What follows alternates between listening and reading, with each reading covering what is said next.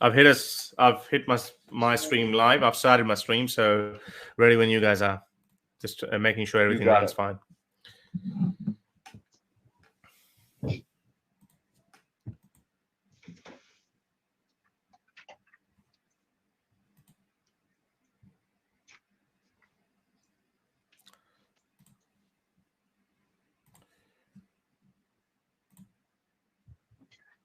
Okay, can everyone in my stream hear? Sound is good? Hi, Daniel. Mic check. Mic check, Daniel.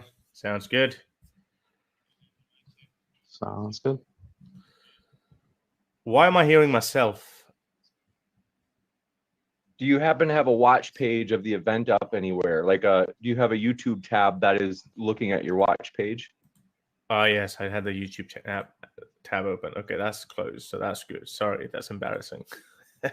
No worries, happens all the time. Happens all the time. Right, good. Great. I am set over here, so we're backstage still, so they can't see us or hear us, but I have started the stream just to be sure that the connection is strong. And then what I do at the very start, and just to be sure that I absolutely remember correctly, is if I remember, well, let me just double check that way I don't I keep your guys' faith. So format wise, I have Harris going first for the opening. Oh, am I going first? Okay, good. And then I've got, which will be about 20 minutes if you absolutely need that long. And then roughly 15 from Daniel, and then the hour back and forth segments with one less segment for Harris since the opening is extra long. And then 1 hour of open discussion after that, and then 30 minutes of Q&A. Perfect. Wait, for the Q&A, are you going to just pick questions from the audience or James? Yep. In the chat, people usually, when they tag me with @ModernDayDebate, that's where the questions come from. So if they have two tabs open, like if they're watching both at your channel as well as at Modern Day Debate, if they tag me at the Modern Day Debate live stream, then I can, then I'll see those questions. It's hard for me to monitor 3 chats though. No, that's totally understandable. Or how about if you just open my chat as well later on, obviously not now. Then you'll have Daniel's, mine, and yourself, and then maybe just look at the I don't know. You don't have to read everyone. Just pick randomly if you pick any question, because it's not fair. I can try. The only challenge, only challenge is that I have both. I have like a Twitch Modern Day Debate chat that I monitor, and then the YouTube one, and then doing your guys' on top of it would be 4. So like it's a little bit hard for me to monitor all those for questions, but I can try my best. Well, okay. No, it's like you'll get the questions in your chats, and then if there's literally no questions from me or no questions for Harris, then you can figure out what to ask us. But I think it'll be fine just to monitor your own stuff. Yeah, that's fine. I'm okay with that. I'll see what I can do. I'll try to be flexible, and let me just double check that the picture and everything's coming through smooth, and we'll be off to the races. Okay, so what I will do is I always do a cold open at the start where I'll say, hey, everybody, today we're debating, should we have human rights or Sharia law? And we are starting right now. And then I'll say, hey, welcome everybody to Modern Day Debate. And we are going to hand it over to Harris for his opening statement. And I'll say, Harris, the floor is all yours. And then both of you, like, feel free to, introduce yourselves, and we'll give you a little extra time for that, like an extra minute if you need. That's totally cool. And I will, throughout the debate, mention that your links are in the description, as we want you guys to have plenty of exposure. And then any last questions? Nah, let's get this underway. Cool. All right. Excited. So I'm going to kick it over in.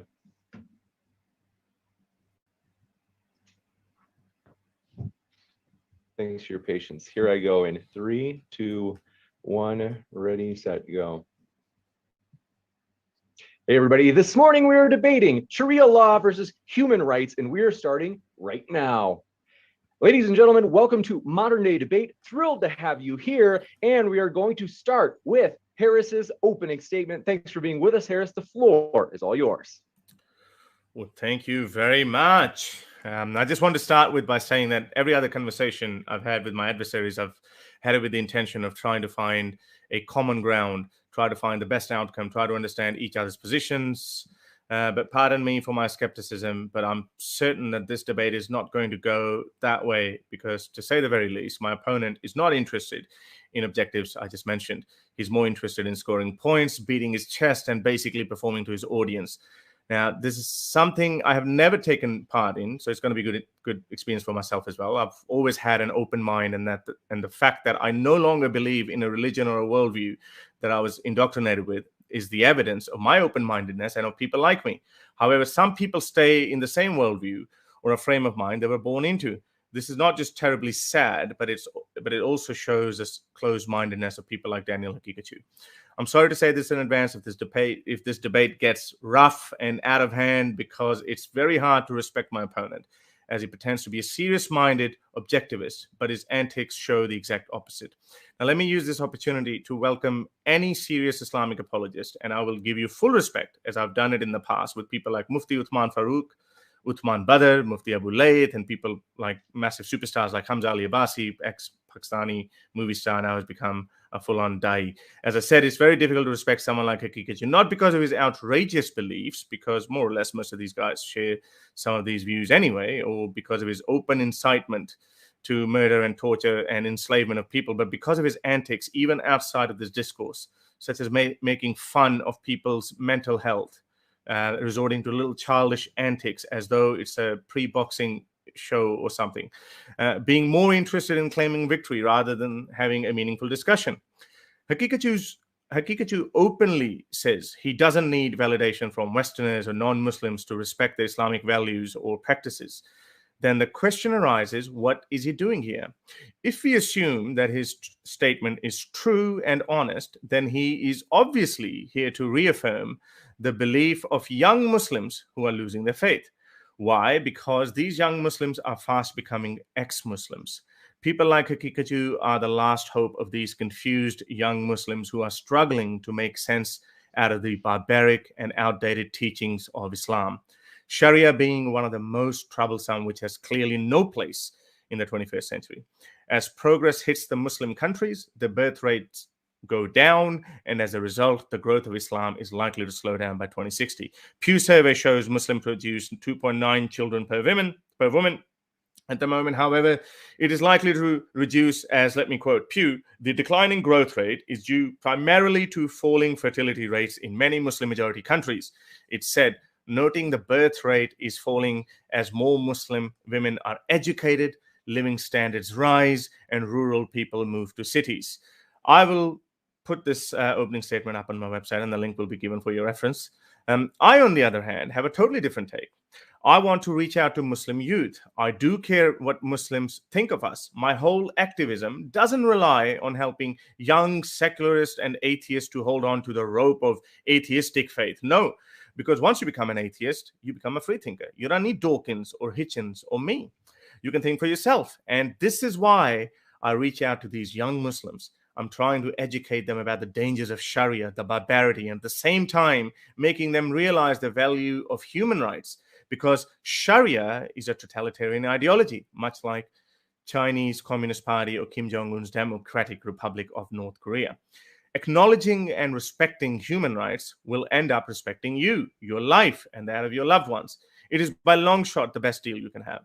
Now, after this debate, Haqiqatjou and his fanboys are likely to claim victory, as they always do, because if they don't do it, they feel that their faith is irrational, which obviously it is, and that is the reason why they have to claim victory. On the other hand, atheists, people supposedly on my side, will also nitpick some of my arguments and responses. Why? Because atheists are self-critical. That is the beauty of it. So I don't judge the winners or losers by popular opinions of others, because in these cases, everyone vouches for their own guy, except atheists, of course, and I don't want them to change. The winner is determined by how many people are convinced by whose worldview.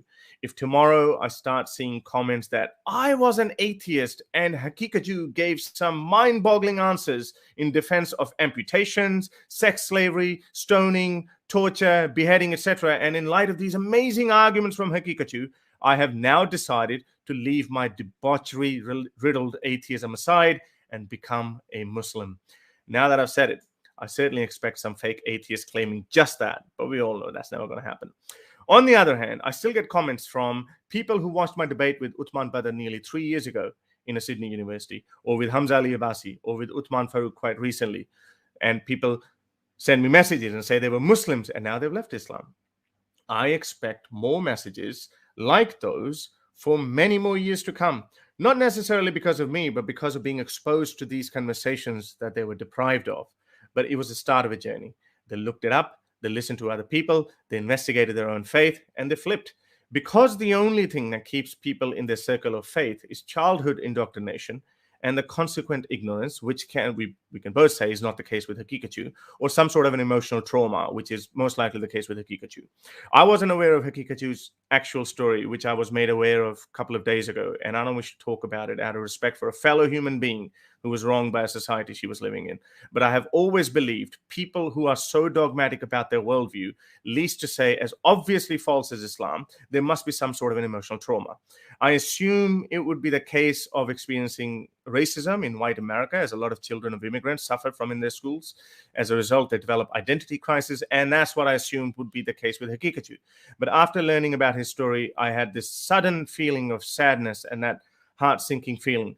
But at the same time, it made me wonder, how could someone who would have gone through so much, whose family would have gone through so much, yet he becomes sadistic almost, loses all human compassion in the process, and wishes the same kind of injury upon others, like wishing death for apostates, homosexuals, adulterers. Someone who would have gone through a personal tragedy, who would have seen his family members cry for countless amount of hours, who would have experienced depression, sadness, anxiety, yet he makes fun of other people's anxiety or their depression or their suffering. What could turn a man's heart into a stone? This reminds me of a story when Stalin's first wife, Kato Swanidze, died. At her funeral, Stalin said, "This creature softened my heart of stone. She died, and with her died my last warm feelings for humanity." So sometimes a personal tragedy can create monsters, and they become source of immense suffering for all those unfortunate enough to be living around them. The reason why other Muslim scholars don't openly adhere or preach the very values that Haqiqatjou so proudly and boastfully propagates is because they might be Muslims, they might revere Prophet Muhammad, but they are not sadists or psychopaths who are totally devoid of compassion and mercy. But that is not the case with Haqiqatjou. He had to turn off his compassion switch in order to accept Sharia in its entirety. No sane person can advocate and propagate Sharia. We have seen videos of ISIS, even seen videos of ISIS soldiers throwing homosexuals off the rooftops, which Haqiqatjou promotes, crying because they probably hadn't turned off their compassion switch as their leader Baghdadi had. But just imagine for a moment, you find out tomorrow that I've been captured by the Taliban and they've executed me. A lot of Muslims, upon hearing this news, not even the sadist ones, the normal ones, might say, he was a dick anyway, he deserved it. But now imagine they filmed it. I can guarantee some Muslims will be troubled by that, and they will start making excuses like, maybe he should have been given a chance to repent, or maybe we should leave these matters to Allah, or they would try to make some other types of excuses. Why? Because they haven't turned off their compassion switch as Haqiqatjou has. Now imagine they actually film torturing me and then slicing my throat while I'm trembling as the blood slowly gushes out of my throat like a slaughtered cow. I still like to believe majority of Muslims will not be happy. This is not wishful thinking on my part. In fact, it is the only reason why ISIS could not get popularity amongst Muslims, amongst the very Muslims who say, we want Sharia, like most followers of Haqiqatjou. But why? Because most humans haven't or can't turn off their compassion switch as Haqiqatjou has. Once we see suffering, we have this natural reaction of disgust and outpouring of compassion. Now, in all the three mentioned scenarios, I could expect a tweet from, actually, he lost his Twitter account for propagating the same brutal and sadistic punishments. But anyway, he would find a way, maybe on Facebook, to express his happiness by saying something like, Murtad has finally met his well-deserved end, laughing emojis, ha, ha, ha. Why? Because he has become a sadist and there's no compassion left in him. I want to ask the Muslims who are watching this, is this the kind of society you want to live in? That is that is brutal, not only to the obvious murderers or rapists, we can put that aside for a moment, but those considered by Sharia as criminals who have no victims, like homosexuals, apostates, or adulterers. Is this who you want to be? If the answer is yes, then it is a sad case for you. If the answer is no, or you try to listen to people like Haqiqatjou to rationalize this barbarity for you by saying things like, oh, for the collective good, we have to punish apostates and homosexuals or whatever, then it means something is bothering you. It means you still have your humanity, compassion, altruism intact. In fact, I was told recently Muhammad Hijab went out of his way to find a no execution way out for apostates. He even made up an explanation for it. Why? Because I realized maybe even he has some compassion left in him. Unfortunately, same can't be said about people like Haqiqatjou or Ali Dawa, who's proud of executing apostates. This is why Sharia should be condemned. Sharia, in its literal application, demands you to turn off your compassion, altruism, and humanity. This brutal system is not just against you or me or some sort of an ideological standpoint, but it is anti-nature. Nature in the form of evolution has put feelings like altruism and compassion in us. And Sharia can be anything but compassionate or altruistic. I feel sad about the terrible story of the young woman, and my last couple of days were actually spent wondering how much should I talk about this? Should I bring it up without hurting anyone? And I want to say my heart goes out to Haqiqatjou's family, and I don't blame them for being bitter with this so-called Western justice system. I have often said that I am against capital punishment, but if something like this had happened to me or my loved one, I would be going for the torturous execution of the perpetrator. But I also understand that this position would be a position of a grieving family member. It would be based on emotions and not rationality. We know Hitler and Stalin were both beaten up by their respective fathers. They were both victims, but their personal tragedy cannot be ignored or not brought under scrutiny if we want to avoid the crimes those psychopaths committed. Personal tragedy is no excuse to turn the lives of other people into tragedies. This is where I see Daniel Haqiqatjou. He's had a terrible experience, and I fear this experience has turned him into a cold-blooded, heartless, compassionless sadist at best or psychopath at worst. Ideas like Haqiqatjou propagate are dangerous for everyone sharing the planet with him. How many Mullah Umars or Baghdadis will come out as a direct result of Haqiqatjou's views? We don't want to know the answer. So stay away from and the Sharia hands out. I think there might be, pardon my interruption. Wait, just the last maybe 5 seconds it froze. I just want to be sure the audience gets to hear your opening. If you want to repeat, minutes. Maybe what you said. I had 20 minutes. Oh, what I was saying was that your feed froze. Oh, right. So it wasn't, at least on this side, we couldn't hear the last 10 seconds or so if you want to repeat it. Okay. Let's just go with. So I'll start that again. This is where I see Daniel Haqiqatjou. He had a terrible experience. He's had a terrible experience, and I fear this experience has turned him into a cold-blooded, heartless, compassionless sadist, or at best, or psychopath at worst.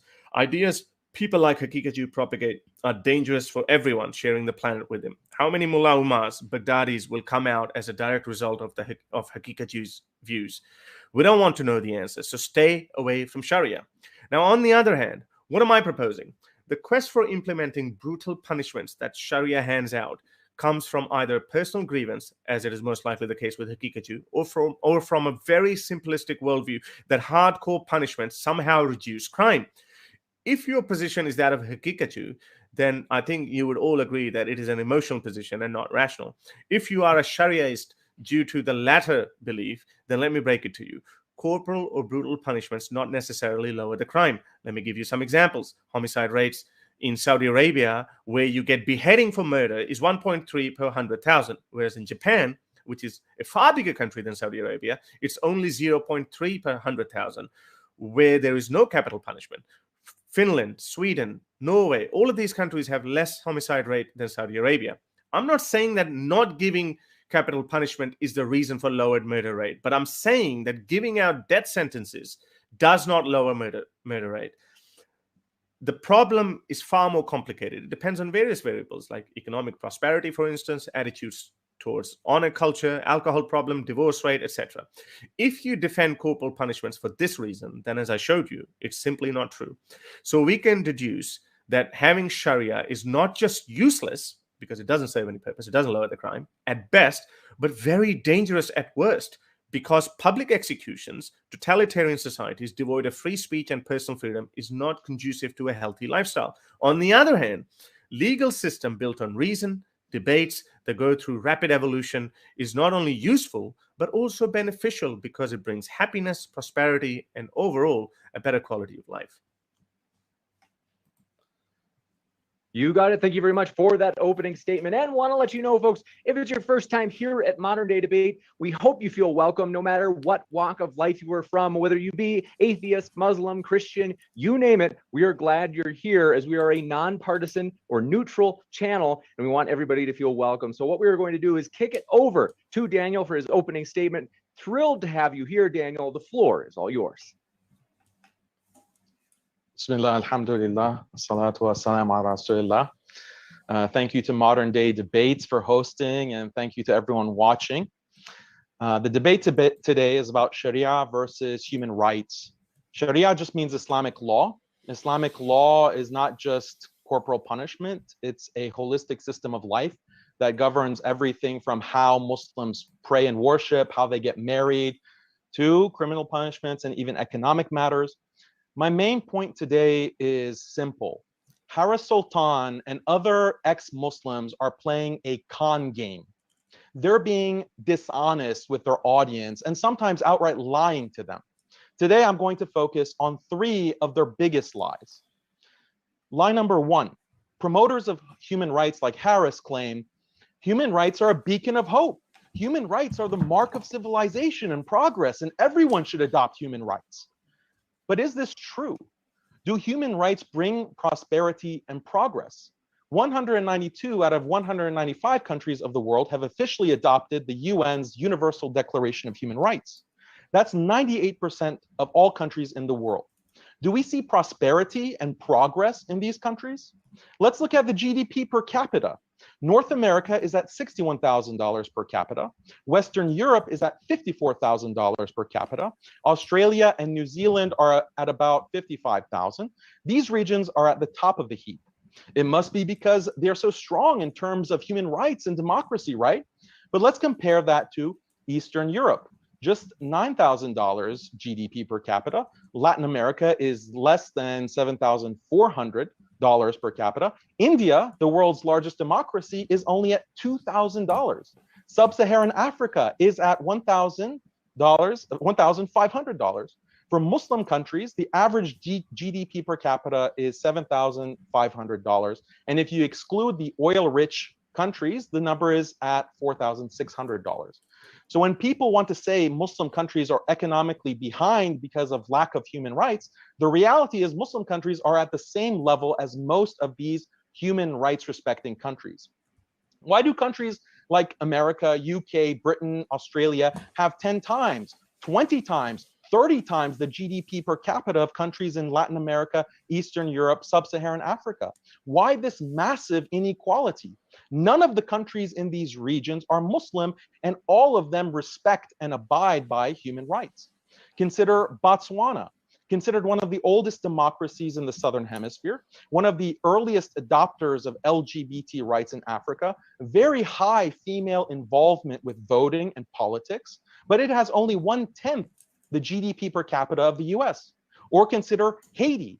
They ratified their secular constitution in 1805, over 200 years ago. They had a female president in 1990. Their GDP per capita is 1/50th the United States, and on and on. On this other side of the coin, you have countries that have openly rejected human rights and democracy, like China, which has a GDP of $10,000, and Singapore, which has a GDP per capita of $65,000. So either way you look at it, there is no correlation between adoption of human rights and democracy with economic prosperity. Harris, you need to explain this.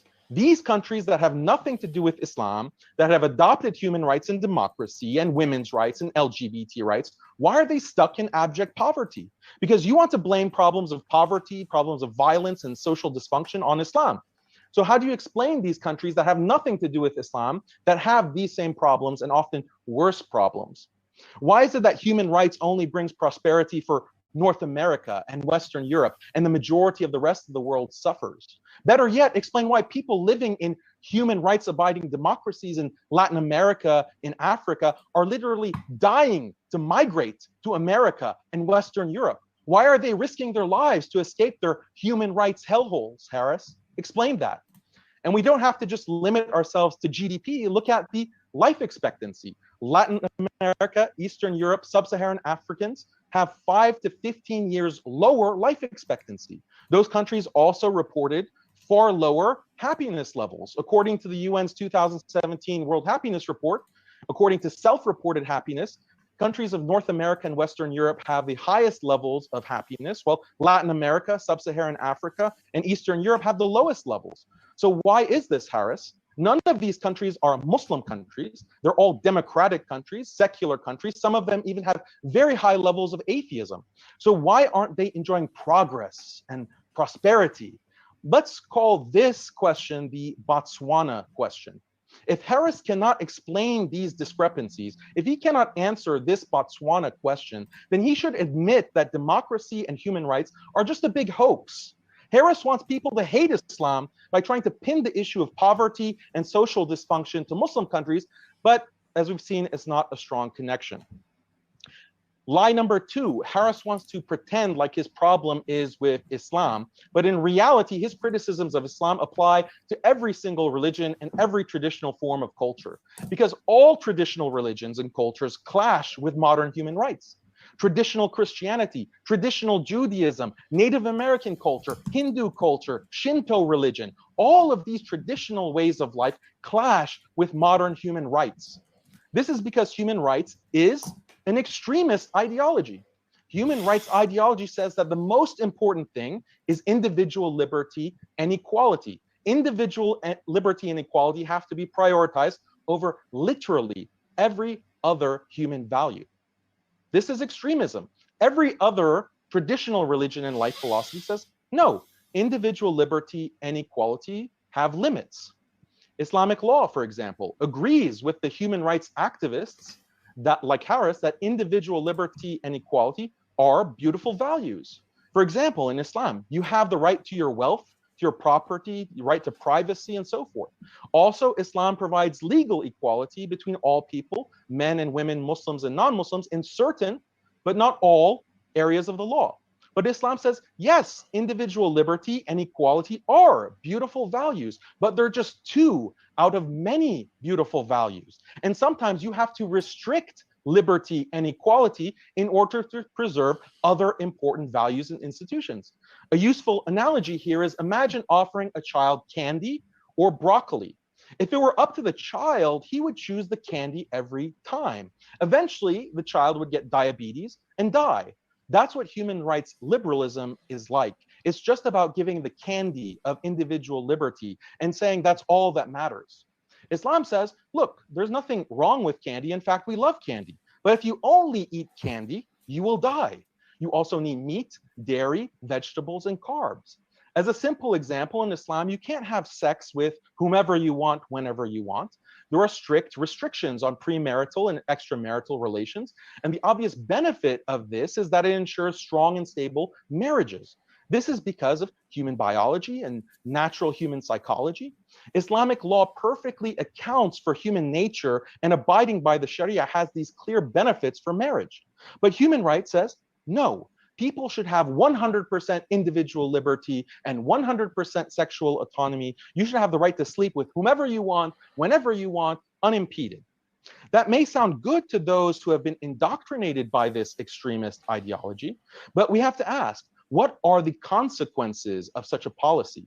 Is a society that adopts unfettered sexual autonomy compatible with marriage, with love, with romance? Is it compatible with family? Well, we don't have to speculate. We can look at countries where this so-called human right has spread, and the statistics paint a very bleak, dark picture. And I'll discuss the exact statistics later in the debate, inshallah. Another example is family relations, because just family relations beyond just husband and wife. Science and anthropology say that humans have this deeply rooted biological drive to come together in families. And these families have a natural hierarchy with fathers as the heads of the household, then mothers, then children, and so forth. Again, this human behavior is biologically rooted, and historians and anthropologists point out that the same patriarchal family structure is found in 99% of human societies historically, including Islamic societies. But human rights extremism says, no, this kind of patriarchy with men over women violates the principle of equality. Men and women should all have the same authority, the same roles, and everything has to be exactly equal.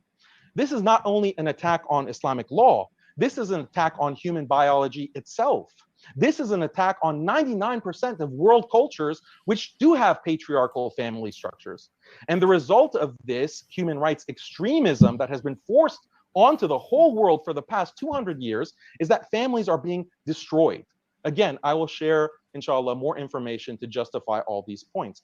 But the main point is that marriage, family, community, and even the human race itself, these are things that have a deep-rooted biological basis. Islamic law preserves and protects these things by setting the proper balance with individual liberties and equality and other important values. Modern human rights, in contrast, destroys marriage, destroys family, destroys community in all traditional cultures and the human race overall, because it puts individual liberty and equality above all else.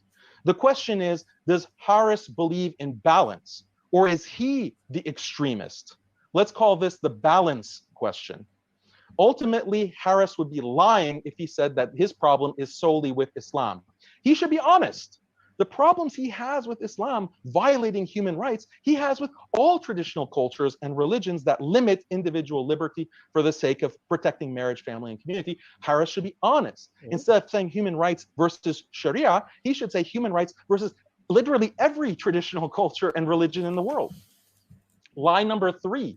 What is the difference between Harris Sultan and European colonizers? What is the difference between Harris Sultan and the neocons in Washington who pushed for the murderous invasion of Iraq and Afghanistan 20 years ago and continue to agitate for human rights in the Muslim world today? What is the difference? Let's call this the colonial question, because all the arguments Harris brings against Muslims in Afghanistan or Pakistan or anywhere else, all of those exact same arguments have been used by European colonizers historically against not only Muslims, but against Native Americans, against Africans, against Aboriginals, against the Chinese. When Harris says Muslims abuse women because they practice polygamy, that exact same argument was used by American settlers in the 18th and 19th century to dehumanize Native Americans and justify genociding them. When Harris says Muslims are barbaric because they use corporal punishments against criminals, that exact same argument was used by the European colonial empire against the African tribes they genocided. The real question is, does Harris think the colonial project was a good thing? After all, colonialism is what brought modern human rights to all these different parts of the world. The West invading and occupying the world to bring freedom and democracy isn't something that just happened in Iraq and Afghanistan. It's something that's been happening for over 200 years. If Harris thinks human rights are so amazing, then does he think it was a good thing that Africa was colonized or Latin America? Does he think it was a good thing that India was colonized? Wasn't it colonialism that brought his own Muslim ancestors in the subcontinent to the light of reason and human rights?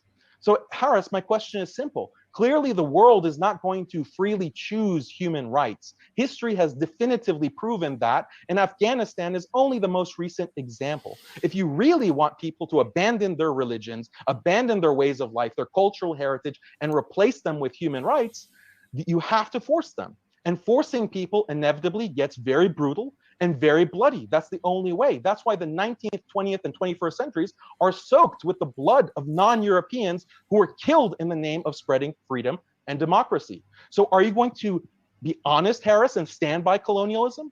Look, if human rights are so wonderful as you claim, Harris, then 200 years of brutal colonialism and millions of dead must have been worth it. Why don't you own it, Harris? When you advocate human rights, you're like a chef that presents this appetizing sausage to your audience, but you aren't honest about how that sausage is made. Muslims, at least, are honest. Islam is honest that spreading Islam sometimes requires war. That's acknowledged in the Quran and the example of the Prophet, peace be upon him. And I'm not equating Muslim conquest with European colonialism, by the way, because there are major differences that we can talk about. For one, Euro-American colonialism, past and present, is genocidal, and the death counts make that very clear. But my point is, you human rights activists are not honest. You don't own up to the true horrifying nature of spreading freedom and democracy. So Harris, if human rights are so brilliant and fantastic, then be consistent. Tell us that the millions of deaths and the brutal occupations are worth it. You can't make an omelet without breaking a few eggs, right? So just own it. Stop pretending you're something you're not. You're just playing a con game. The only way you can credibly sell human rights to your audience is if you hide all these things or gloss over them. You hide the brutal history of human rights. You hide the fact that human rights destroys marriage, family, community, how it attacks every traditional way of life. You have to hide all these things because otherwise no one would buy it. And actually it would make Islam look pretty good because Islam is fighting against this human rights monster. But you can't be honest, can you, Harris? So just stop with this con game. Okay. We will jump into the next section, folks. Want to let you know, as mentioned, welcome to Modern Day Debate. If it's your first time here, we're a neutral platform. Our guests are linked in the description. So if you're listening, you're like, I want to hear more of Harris or I want to hear more of Daniel. You can hear more by clicking on their links in the description. And that includes on the podcast as we link our guests there as well. Now, for today's format, it's a little bit different. So we're going to have an hour of, well, technically a little bit less than an hour of 5-minute segments from each speaker. So we'll be starting with Harris for 5 minutes, and then we'll go to Daniel for 5 minutes, and we'll keep rotating back and forth. So I reckon you should start with Daniel with the first monologue because I've already lost mine. So that would put me like 2 behind. Oh, I was going to take yours off the end, but we could do that as well if you'd like. Yeah, I think that would be better that way because, you know, we can stay on top of what Daniel is saying so I could respond to it. If Daniel is okay with that, I'm open to it. And then also want to let you know, folks, if you happen to have a question, feel free to tag me in the live chat with @ModernDayDebate. Makes it easier for me to see those questions as we'll have the Q&A at the end. But Daniel, if you're okay with it, you can start the 5-minute sections. It's up to you. Let Harris go first because I can just extend a little bit my last 2 and just blend them together. Okay, all right. Like the 2 lessons. Okay, see how nice I am, Daniel. What was that? I said, see how nice I am. I've actually said yes to everything that you said so far. Yeah, I'm a sadist apparently, so you're very nice. Yeah, go ahead. I'm not seeing any emotions from 5 you. minutes. Which Go ahead, Harris. All right, let's get to the next one then. Okay, so the proponents of Sharia base their argument on the claim that it is objective morality because it comes from the creator of the universe. Therefore, whatever he says is true, and by their definition, this is objective morality. We cannot understand why it is like that, but since he's saying it, therefore it is objective and inherently good. But when we scratch the surface and put it under the microscope of reason and logic, it is anything but objective in nature. So let's examine this claim. Objectivity means something that is absolutely true in its claim, regardless of conditions, feelings, or opinions. Basically, the opposite of subjectivity, which relies on interpretations, limited understanding, opinions, and is conditional. So I've thought about it for a very long time, and I'd like to see Daniel's view on that as well. If we are to take morality in this case called Sharia from an outside agent, in this case Allah, on the claim that it is objectively good, then there are 4 options. Option 1, Allah is only capable of giving out good commands. Consequently, he's incapable of giving out evil commands. If we assume this premise is correct, then indeed morality does become objective. I'll give you that. But it violates other claim traits of Allah himself. For example, he's incapable of giving out evil commands, meaning he is not omnipotent. He's just a calculator. Like a calculator can't tell you 2 + 2 = 5. So we can trust him. He doesn't have free will because even if he wanted to give an evil command, then he can't do it as he pleases. He can't lead people astray. He can't give them wrong directions, causing them to burn in hellfire, which is against Allah's traits, as per the Quran, chapter 14, verse 27, which also entails that Allah leads people astray as he wills, meaning he can give them wrong directions, which is kind of an evil command, knowing that the person is headed towards an eternal abyss, which also violates in turn Quran chapter 7, verse 28, which says he can't give evil commands. So it is safe to say that this is not the case with Allah, and this premise doesn't fulfill all the characteristics of Allah. Now, option 2, which is more likely, A lot of Muslims take that one. Allah is capable of giving out evil commands, but he chooses not to, as it is against his nature to give evil commands. In this case, his condition of omnipotency is restored.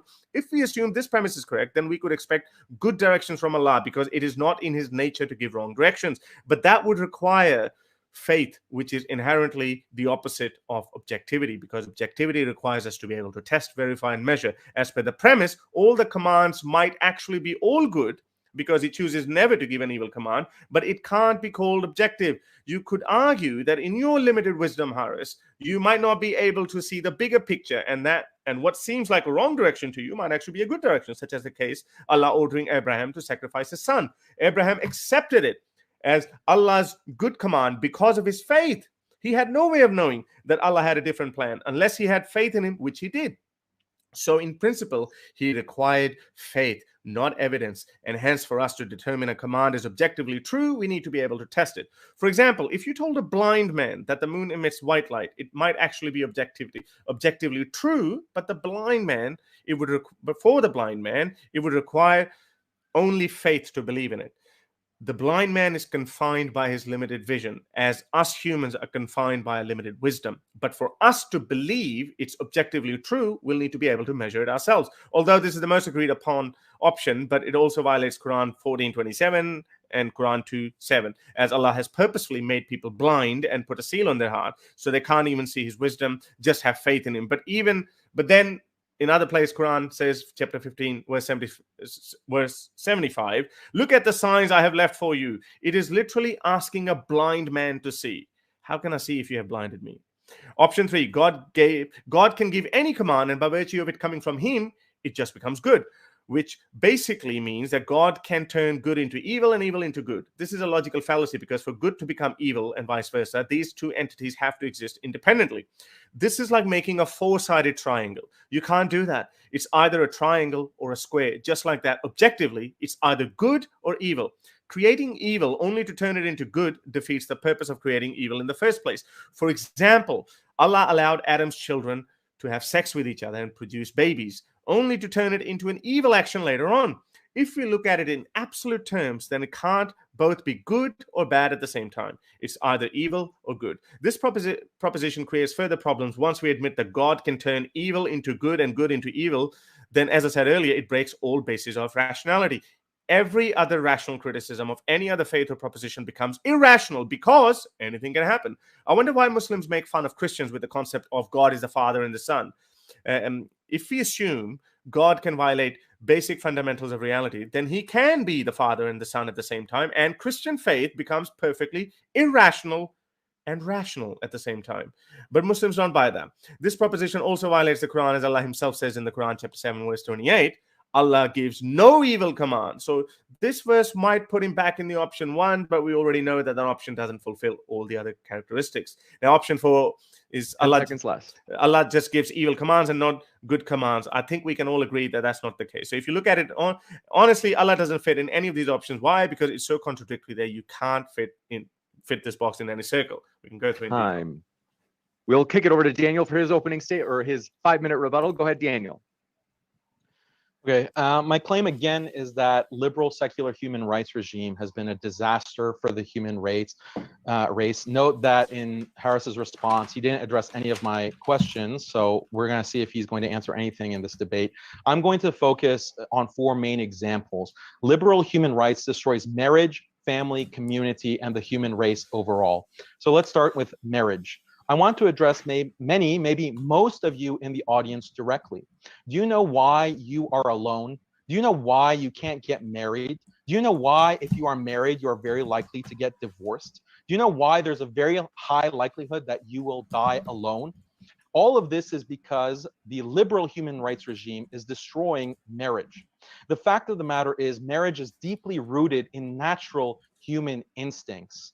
We crave romantic affection. We want to give and receive love with a long-term committed partner who we have children with. Psychologists and neurobiologists call this pair bonding. Pair bonding is this instinct to bond with the opposite sex in a long-term relationship. Most animal species don't have this pair bonding instinct, but 3% of animals do have pair bonding, like most birds, certain primates, and also human beings. Being in long-term, committed, married relationships is associated with countless benefits in terms of health and happiness. The Washington Post reported that studies prove that married people have happier, healthier relationships than unmarried couples who simply live together. But human rights has destroyed marriage, and it's easy to understand why. If you're constantly prioritizing individual liberty, individual happiness, then that conflicts with the long-term sacrifice and commitment that marriage requires. Stable marriages require you to give up your individual autonomy in many significant ways. And liberalized people are not interested in that. And the stats prove it. Nowadays, most people are not getting married. According to Pew, 65% of millennials between the ages of 23 and 38 were unmarried in 2019. Pew predicts that in a few short years, 75% of millennials will never be married. This will be an all-time low, according to Pew. Now, you might think maybe people are not getting married, but they're still having long-term unmarried relationships. Not true. According to the Washington Post and the General Social Survey, the share of US adults reporting no sex in the past year reached an all-time high in 2018, underscoring a 3-decade trend. About 1 in 4 adults did not have sex the whole year, and the numbers continue to increase every year in what experts call sex recession. In some countries like Denmark and Spain, governments have to literally beg their population to have sex. Now, if you're in the minority who does get married, then the likelihood that your marriage will end in divorce is very high if you live in liberal democracies. In the US, about 44% of marriages end in divorce. In France, 51%. In the UK, 42%. These stats don't even factor in long-term separation between couples. If we counted that, the rates would be even higher. The likelihood your spouse will cheat on you is also very high in free liberal countries. Some studies have found that the infidelity rate is as high as 26% in some Western countries. Those people who do get married are also going to have lower quality marriages. Studies show that having multiple sex partners prior to marriage reduces marital quality. People are less satisfied with their spouse when they have been around the block a few times, literally. By the time people do get married in the West in their 30s or 40s, they have had so many failed past relationships that they're often emotionally damaged. The person you're marrying comes with all this baggage in addition to your own baggage. So the overall marital quality suffers. But Muslims, because of Islam and Sharia, are on the opposite end of all this. Yes, modernity is affecting Muslims, unfortunately, but we're on the opposite end in terms of these stats. Numerous ethnographic studies of Muslim countries prove this. Muslims get married more, they get married younger, they have far lower levels of premarital and extramarital sex, they have lower divorce rates, and due to all of this, they have higher quality marriages, love, and romance. This is because of the rules in Islamic law that specify gender separation, hijab, and modesty, restrictions on fornication and adultery, patriarchy and gender roles, family involvement in marriage, and so forth. These are rules the liberal human rights regime considers backwards and misogynistic, but these are the same exact rules that save Muslim marriages from the destruction that Western society is suffering from. So Haris can give this abstract discussion of objective good versus evil, but marriage and love is something that humans all value. And I'm citing stats, I'm citing studies that everyone can agree with and everyone feels viscerally because that's human nature. Thank you very much. We'll kick it over to Haris for his 5-minute rebuttal as well. Okay, if someone claimed that he's all wise and knows about the past and the future and always has the right answer, you would expect him to give you an absolutely complete and true statement every time he utters a sentence. This is a claim of the Quran as well. That's a perfect expectation, and Allah claims to be just that.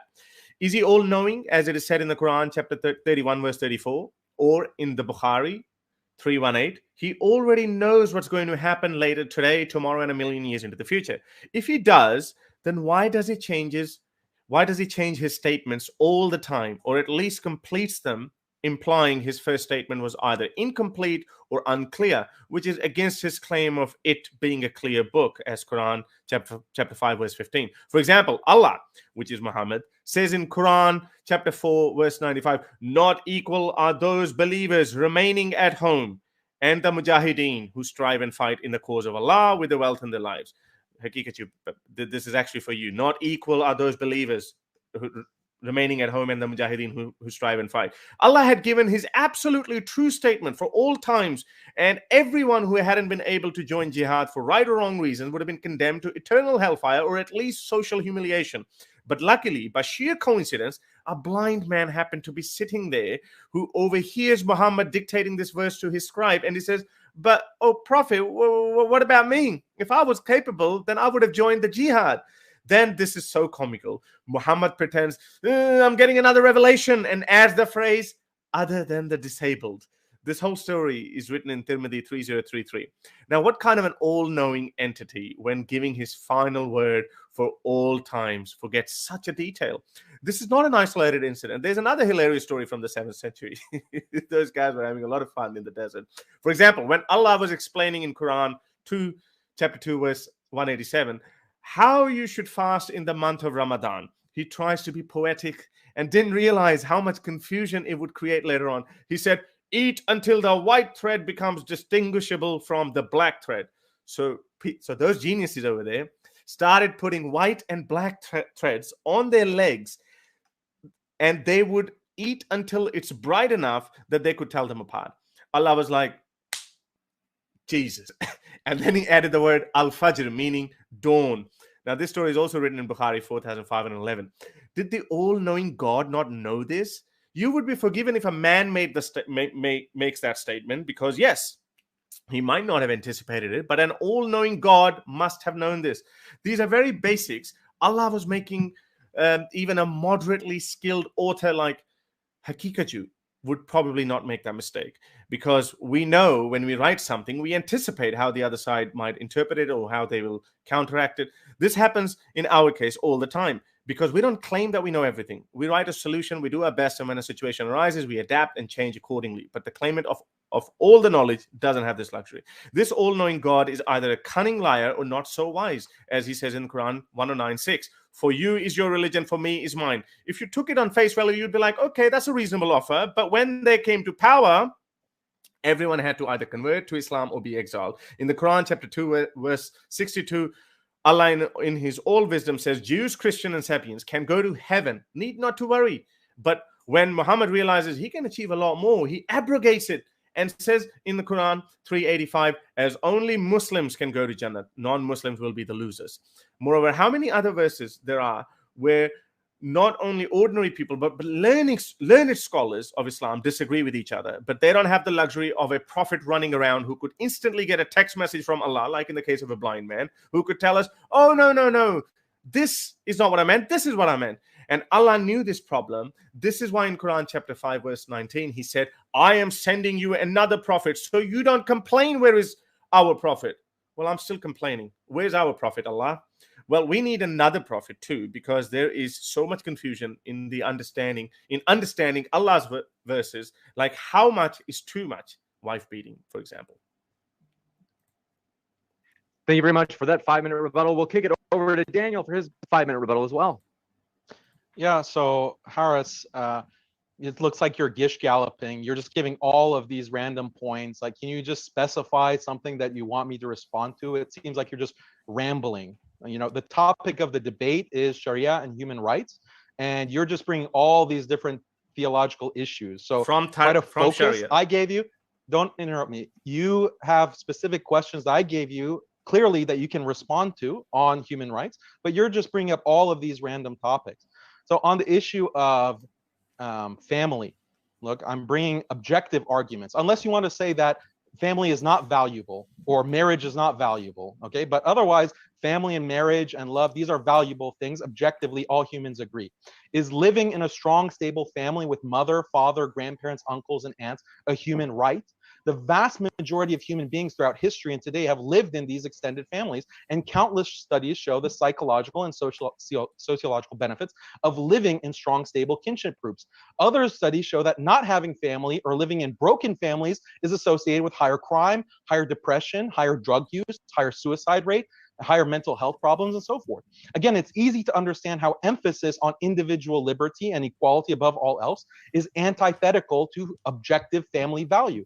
family often requires you to sacrifice your own personal desires for the benefit of kith and kin. Taking care of children or taking care of the elderly are significant burdens. If you constantly tell people that maximum freedom is the most important thing above all else, it's no surprise that people will choose self-interest over family again and again. And eventually the institution of family will die off, which presumably you think is a bad thing, Harris. You might have even heard this anecdotally from friends who say bluntly, I have my own dreams and ambitions. I can't waste time on children or my parents. This is the anti-family sentiment that has spread like cancer in the modern world, and it's because of prioritizing individual liberty. And all the stats, again, prove it. Just look at average household size, for example, according to Pew, North America and Europe have the smallest average household sizes, whereas the Muslim world has double the household sizes of the West.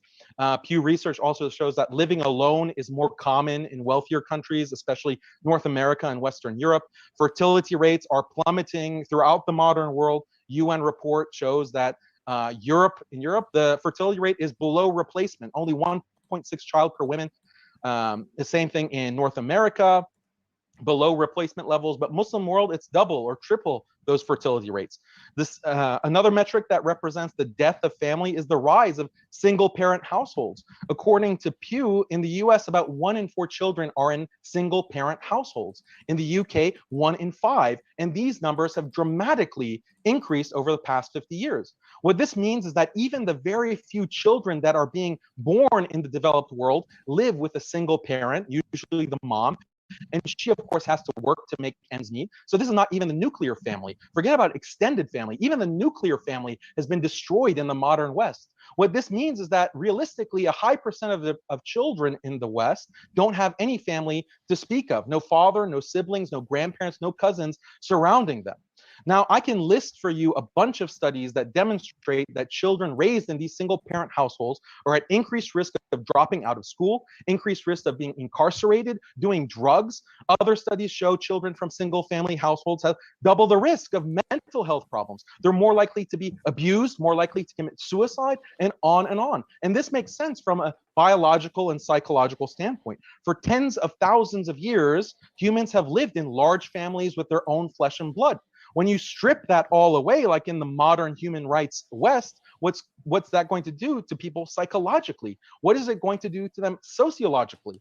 Again, we see Muslims at the opposite end of the spectrum with all of these stats, and this is because of the rules in Islamic law, rules that specify parental rights, known as birr al-walidain, being good to parents, emphasis by the Prophet, peace be upon him, on fertility and having big families, emphasis on kinship rights and duties known as silat al-rahim, emphasis on getting married young, emphasis on taking care of elderly family members, not just dumping him in a nursing home, as is increasingly common throughout the West. And also the patriarchal family structure, that is also very important. So these are some of the rules that the liberal human rights regime considers contrary to personal freedom and human rights, but these are the exact same rules that preserve the important human institution of the family. Don't you think families are objectively good, Harris? Then explain why human rights are destroying them. Explain that. We are going to kick it over to the 5-minute response from Harris. And I want to remind you, our guests are linked in the description, folks. Go ahead, Harris. Right. So you've obviously got a script that you stuck to, and this is why we have to talk when the actual discussion starts. But so far, you haven't responded to any of my responses because you haven't spoken anything. You haven't said anything about Sharia. Don't interrupt. You haven't said anything about Sharia. I've spoken about your claim is Sharia is objective, and I've laid the argument against how it is not objective, and you haven't said anything yet. So let's just keep digging further into Sharia. And then the problems that you're pointing out, some are valid, some are not valid. But either way, you make a mistake claiming that Sharia is somehow the solution. And this is what I'm exposing right now. Sharia is not a solution. So let's talk about the elephant in the room. I'm talking about slavery, which you are a massive proponent of. As I said earlier, not all Muslims have turned off their compassion switch, and they go out of their ways to make excuses, such as how Islam promoted compassion, that it set in motion the world where slavery will eventually be abolished. Yes, it's a completely fabricated claim. I agree with you on that. But at least I can understand that they're trying to keep their humanity intact. In fact, this is the same claim modern-day Judeo-Christian apologists make as well. But you, Haqiqatjou, Don't take that approach, because once you have lost all compassion and humanity, it's easier to become a literalist, because Quran literally advocates cruel practices like slavery. I wouldn't go into the mainstream slavery, the idea of treating human beings as commodity. That's just okay for you, yeah? I'm particularly troubled by sex slavery. Islam and Sharia literally allow you to go to a neighboring village, kill their men, and take their women as sex slaves who would clean your house at day and do other things at night. Does this not send shivers down your spine? Is this a solution that you were just offering about what human rights, what core family is destroyed or something, and this is the alternative that you're offering? Maybe it does to James and every other sane person listening to this, but look how cool you are, Haqiqatjou, with the possibility. You might be getting turned on by this practice. Quran allows this in multiple places, such as chapter 4, verse 24, 25, chapter 23, verse 6, 24, 31, and many more. How could this not be wicked and cruel? Ordinary Muslims are troubled by this, and I inquired further. If I can't make you feel for other humans that you intend to take as sex slaves, let's reverse the roles. Let's imagine I and my soldiers raid your village, kill you and your male members, and then take your daughters, wives, even mothers as sex slaves. Your women would not just have to deal with the fact that their husbands and sons and fathers have been murdered, but also the same night they have to deal with having sex with the killers of their fathers and sons and husbands and brothers. Would you be okay with that, Haqiqatjou? Now, can you answer that one? Maybe you can't feel that for other women who are not related to you, but surely, even as a sadist like yourself, could feel that for your female family members. If not, then I can only hope that other men who supposedly follow you don't think like you. Some Muslims say, well, you don't have to rape them, as though any woman would like to sleep with the very people who have murdered their fathers, brothers, sons, and husbands. This is not some far-fetched case. This is exactly what happened with Rehana bint Zayd, whose husband was killed by Muhammad's men after the massacre of Banu Qurayza. She refused to marry Muhammad out of respect for her dead husband, but eventually married Muhammad after she got sick of being the slave girl of Muhammad. Moreover, the infamous story of Safiya, when her father, brother, and husband were killed, Safiya was taken as a slave girl, and Muhammad slept with her on the very first night. This was so outrageous that even one of the servants of Muhammad stood guard at the tent. When asked by Muhammad, "Hey, what are you doing here, boy?" "Oh, messenger of God, this young woman had just been married, and you killed her father, husband, and brother. So I did not trust her not to harm you." The Prophet laughed and said, "Good." If we film this, imagined it in flesh, every sane, Muslim or not, every sane person would be outraged by this behavior. This will be how an ultimate villain behaves. Yet, this is the man all you guys practically worship. There's so many such stories. Let's look at this one. Once Abu Sa'd says, after the battle of Banu al-Mustalik, we came across some captive women. We asked the Prophet if we should drop our load, by load I mean semen, in or we pull out. The Prophet says, do what you want. Allah controls the pregnancy. Bukhari chapter 4138. These captive women were living, breathing human beings. Imagine my soldiers come to me and ask me, "Oh, General Sultan, whether we should pull out or drop the load in the sisters of so-and-so we have just killed." And you're worried about the falling fertility rate? This also reminds me when Stalin was told about the mass-scale rapes of the German women at the hands of the Red Army. Stalin simply said, "They've been through a lot. Let them enjoy." This is literally what Muhammad did. In another instant, a guy by the name of Salama says he captured the prettiest girl in Arabia. When he took her back to Abu Bakr, he gave her to him as a gift. Sahih Muslim 1755. Slavery is horrible, but sex slavery is even worse. And this merciful Prophet and his Sharia enabled it. There's so many other stories like this, but I can't pick them all in 5 minutes. We'll kick it over to Daniel for his 5-minute response as well. Okay, so I'm going to address slavery and sex slavery, but let me just be explicit for the audience, since Harris doesn't seem to be getting it. I'm arguing that Sharia law is superior to human rights because Sharia rule preserves marriage and family, okay? And human rights doesn't. It destroys marriage and family and community and the human race. That's the argument. So let's move on to slavery. The reality is, to win a war in the pre-modern period, it was all about manpower. The main factor in whether your people would live or die was numbers. So this meant that if you won a battle, you couldn't just let the captives go, because they would just regroup and attack you again or join your enemies. So you only had two options. You either had to kill or enslave. Neither option is good, right? But that's just the nature of war. You always have to use violence against the other side. You either kill or enslave. So Haris, you want to criticize Islam and call Islam barbaric for having slavery, but imagine if I asked you this question: do you support using weapons in war? Do you support using guns to shoot people or swords to stab people and kill people? Do you support that? Because all of that is violent. All of that is barbaric. Presumably, you'd say, yeah, of course I support weapons and killing, because how else are you going to fight war and defend yourself? Well, that's exactly the point with slavery. In the pre-modern period, you couldn't have war without slavery any more than you could have war without weapons and killing. In other words, if killing people can sometimes be justified, then slavery can also sometimes be justified. And this is exactly what your friend, apostate prophet, accepted with open arms in our debate last year. Imagine in the future they invent a new technology for war where a laser shoots from space and can directly target any person in the world. And the technology is so precise that there are zero casualties other than the intended target. Then people in this future might look back at our time and say, look how barbaric those people in the 21st century were. Look how barbaric with their tanks and guns and bombs. Would that make any sense? That's exactly what you're doing by criticizing Islam for slavery. You should just acknowledge that slavery could be completely justified in certain circumstances, which, by the way, are the circumstances people have lived in for 99% of human history.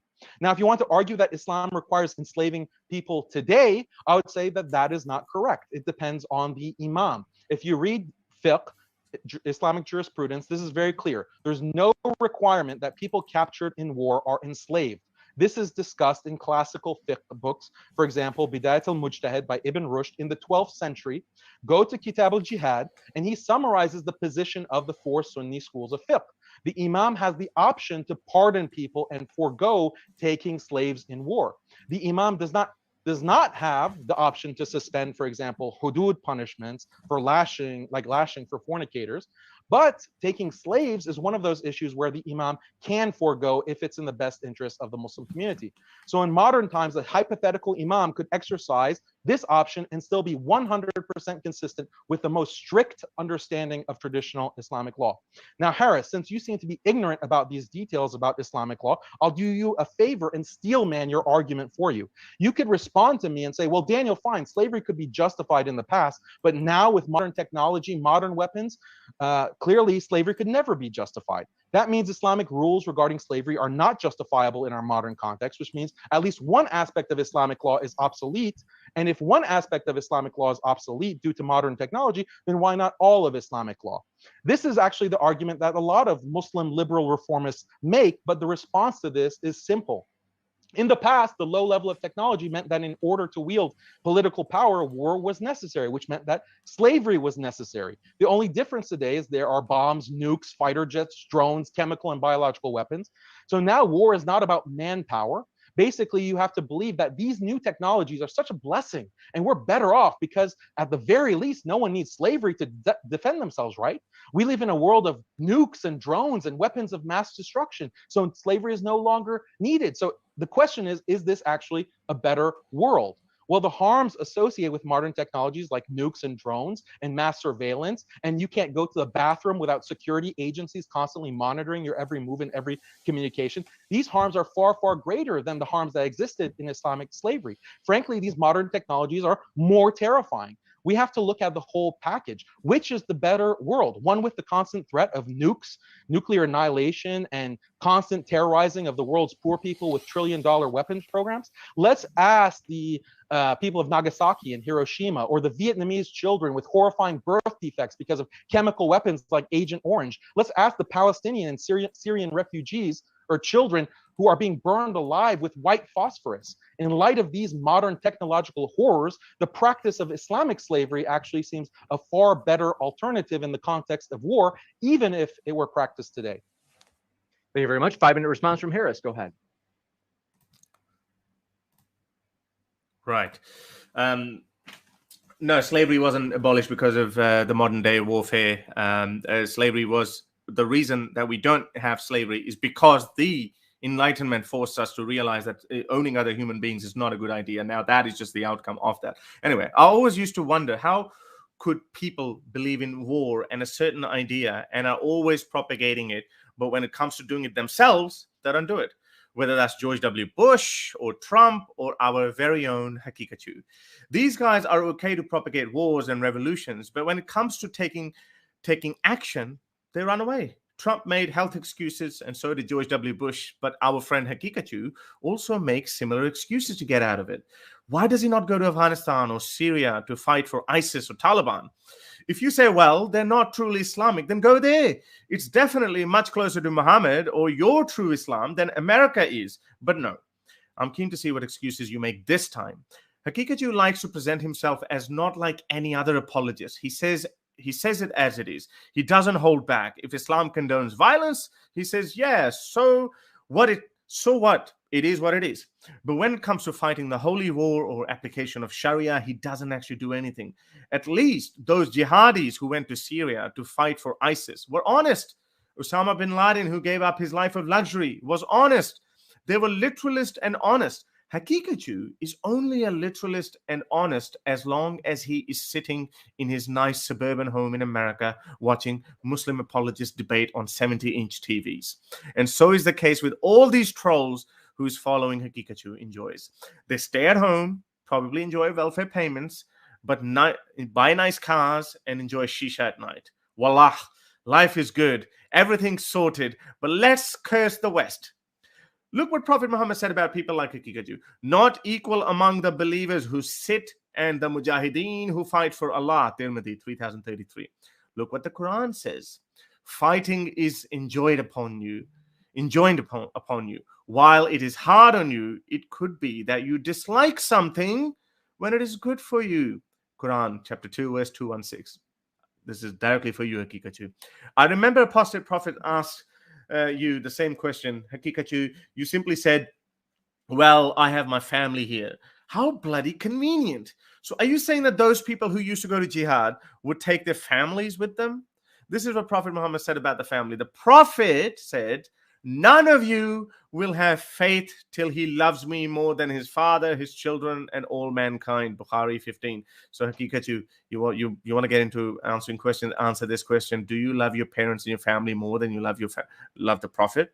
So you got to pick up your love for, you got to give up your love for nice, comfy beds, big TVs, halal cheeseburgers or kebabs maybe, and get off your backside and go set an example. Fight for what you believe in. You had the perfect opportunity to go to Syria or Afghanistan to fight for your cause, but you chose to sit in your nice house in America, whose economy runs on interest, and according to you guys, spilling the blood of innocent Muslims in Afghanistan and Iraq, being allies of Israel, like Jews. You are basically living and enjoying the perks of a country that is literally the enemy of Muslims like Afghanistan. It cannot be clearer than this. It's like Muslims are fighting the kuffars of Quraysh, and here you are saying, nah, I'm just going to sit in my house in Mecca. You are willing to run the risk of raising your children in this evil society that is more than likely going to corrupt your children. They might fall into the trap of the Western lifestyle, like going out, partying, drinking, having premarital sex, all the horrible things that you worry about. I actually know some modest Muslim families who leave Western countries just when their children are about to hit the ages of 10 or 11. They go back, citing their fears just mentioned, like they used to show in the cartoons. When you look at yourself in the mirror, don't you see a jackass? Like that. That's how I feel. You must feel like that at some point. We have got another 5-minute response coming in from Daniel. Thanks so much. The floor is all yours. Okay, Haris is completely misrepresenting Islamic law. In Islamic law and the Sharia, there's no obligation at all times to fight jihad, and there's no obligation at all times to take slaves or sex slaves. This is a complete misrepresentation. Haris needs to study Islamic law and fiqh because he's clearly ignorant. He has this kind of George Bush understanding of Islam, or Donald Trump understanding of Islam, where it's just about killing and murdering. This is like from intelligence agencies, basically. You think ISIS is Islam. Nowhere have I endorsed ISIS or said that, yeah, they're the true representation of Islam. You are simply misrepresenting. And so it's a complete straw man. All you're doing is straw man arguments, and you can't even respond to any of the points that I made. I responded to your point about slavery, and now I'm going to respond to the point of sex slavery. But I just want to make one other point. Why don't you, Harris, you want me to get off my backside and go to Afghanistan while that country is being bombed and being threatened by the United States and just getting out of a 20-year brutal occupation with thousands of deaths and rapes? Why don't you tell your followers, Harris, all these followers that you have in Pakistan and India, all these Mortads like you, tell them to move to Botswana. Why don't you tell them to move to Botswana? Tell them to move to Haiti, because Botswana and Haiti, they have LGBT rights, they have women's rights. Why are they in Muslim countries? You should tell them to move to Botswana and Haiti. And in fact, it would be a more favorable position than Muslims moving to Afghanistan, because if your followers move to Botswana, Pakistan wouldn't bomb Botswana. Pakistan wouldn't try to agitate in Botswana and try to get them to adopt Sharia or Islamic law. They would be able to live their free lives with human rights and LGBT rights and women's rights. Why don't you do that, Harris? Is it because you're a con man? Is it because you're dishonest? You're not telling your followers in none of your videos, hey guys, human rights are great. Move from a Muslim country like Pakistan or Bangladesh and go to Botswana and Haiti. You never say that. So you're a hypocrite. You are a con man. Now, let me get to the point about sex slavery. A good book I recommend is Lawrence Keeley's War Before Civilization. He explains that pre-modern war was primarily about manpower. The side that had the largest army was usually going to win. And if you had too few people, this made you an easy target for a larger group to attack you and wipe you out. This meant that women were very valuable in pre-modern societies because your society's ability to reproduce and build up the population is limited by the number of fertile wombs you have. Keeley says, and I quote, although the loss of even a large percentage of males will have no direct influence on a group's demographic fortunes, the loss of or gain of fertile women can mean the difference between population decline and growth. This is why Keeley argues all pre-modern civilizations took sex slaves. Again, this was a necessary aspect of war. If you did not take concubines, you were at a major disadvantage militarily because you either take concubines or your people get wiped off the face of the earth. There is no third option. So given that stark reality, yes, taking sex slaves was not only morally justified, it was morally necessary. And really, that's enough for the argument, but it's worth noting that the Sharia's rules on concubines and slaves in general are the most humane out of any other civilization. Again, slavery is not supposed to be a fun time, but Islam explicitly gives slaves many rights. They can't be mutilated, they can't be killed, they can't be prostituted. For women, if she gives birth to her master's baby, the baby is free, and she also is freed automatically when her master dies. These rules ensured that captured slaves very quickly integrated within larger Islamic society, especially after 1 or 2 generations.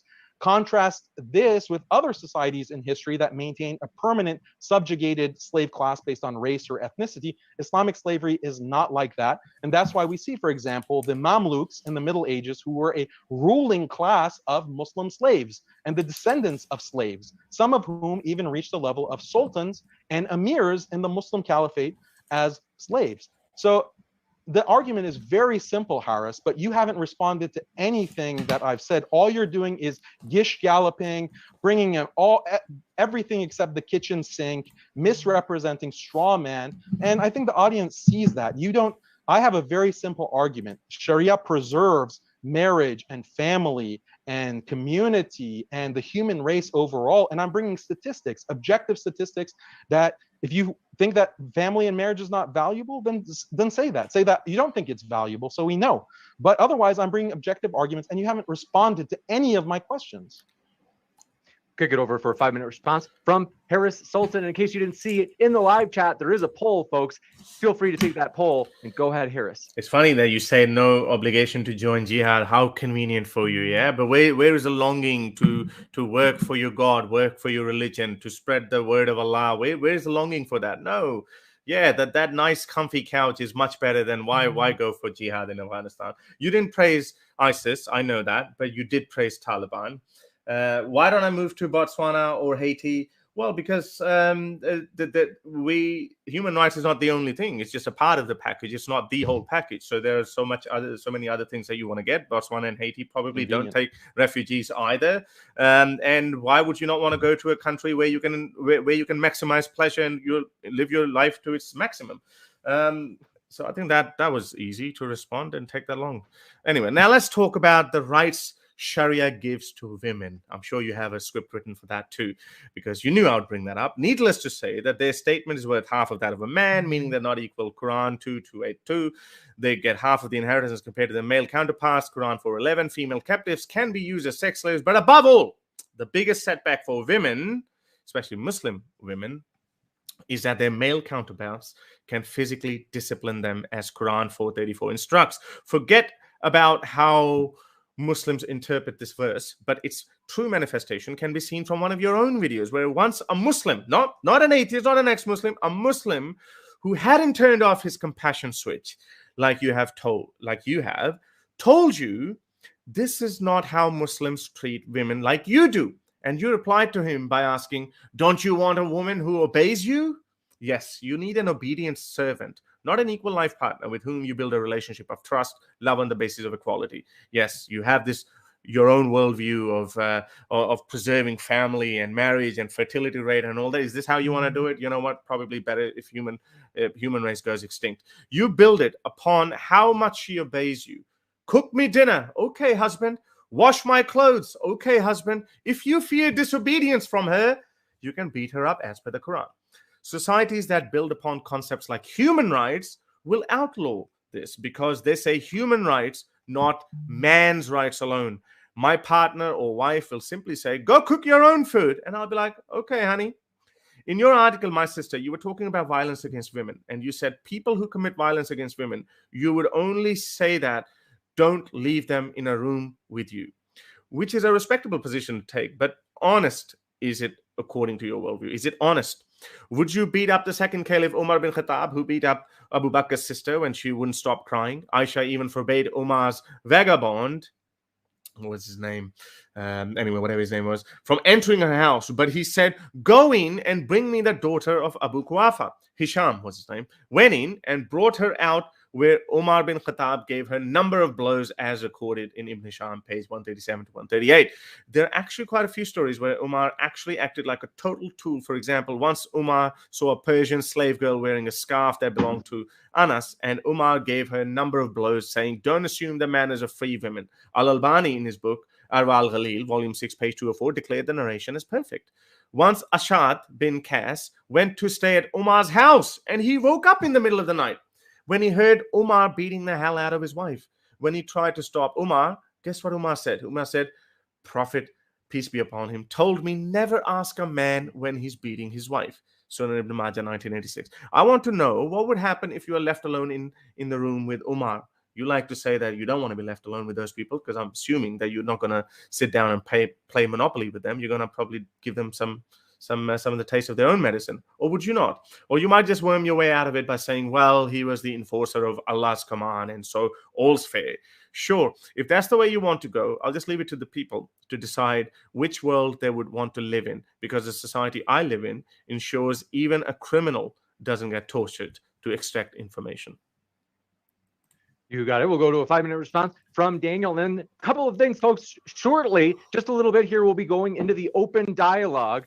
And also, just did a poll, interesting to see. We asked what people identify as. We had 41% identify as Muslim, then 36% atheist, other 11%, and then Christian was 10%, which we're excited about having that kind of variety of people. We do hope you feel welcome, no matter what walk of life you're from. And with that, go ahead, Daniel, the floor is all yours for 5 minutes.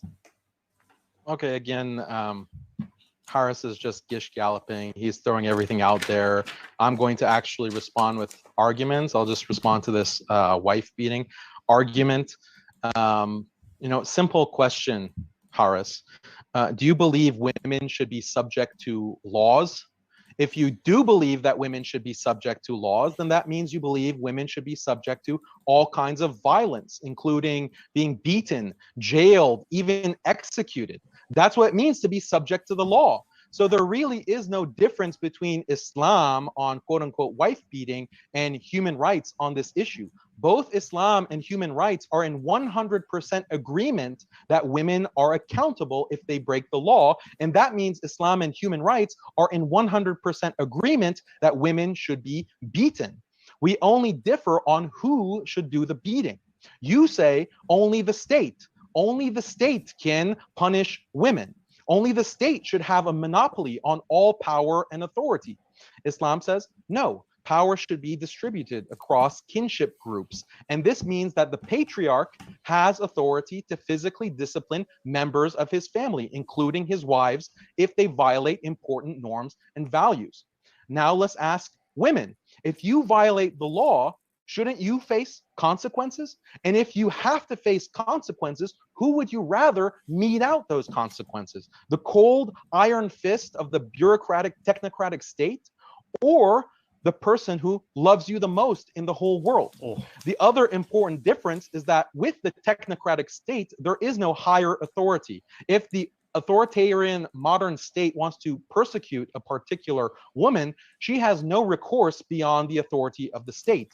But in Islam, the husband is not the highest authority. If he is unjust to his wife, or if he causes serious abuse, then the wife can take him to the Islamic court and get paid damages. Or she can complain to her extended family and make her case so that other patriarchs can intervene and actually punish her husband. This is an organic system, and we see similar systems in all traditional cultures, Native American culture, even Christianity, read the Bible, even Judaism, read the Bible. They all have these kinds of rules. Nowadays, they've kind of reformed all of that. Islam is the only religion that's really honest on this. Look, let me put it like this. Is it possible to run a corporation without the possibility of physical discipline? No. You have to give managers in these corporations the right to beat their employees. How do you beat your employees? Well, if the employee violates the norms of the workplace, they get fired. And if they do not voluntarily comply, security will be called to remove them by force. Managers have to have the right to beat their employees. If they didn't have the right, you couldn't have a hierarchical organization. Islam recognizes this about family.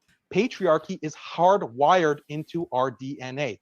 Neurobiologists, psychologists, they all acknowledge this. Women are naturally hypergamous, which means they're attracted to men who are stronger than them and higher status than them, men that they can be dependent on, men that are authorities over them. If you take out the patriarchy, this actually significantly reduces female attraction to their husbands. And they have studies on this where they ask women if they are more attracted to the macho man patriarch or a man who is at their same level in terms of size, strength, and status.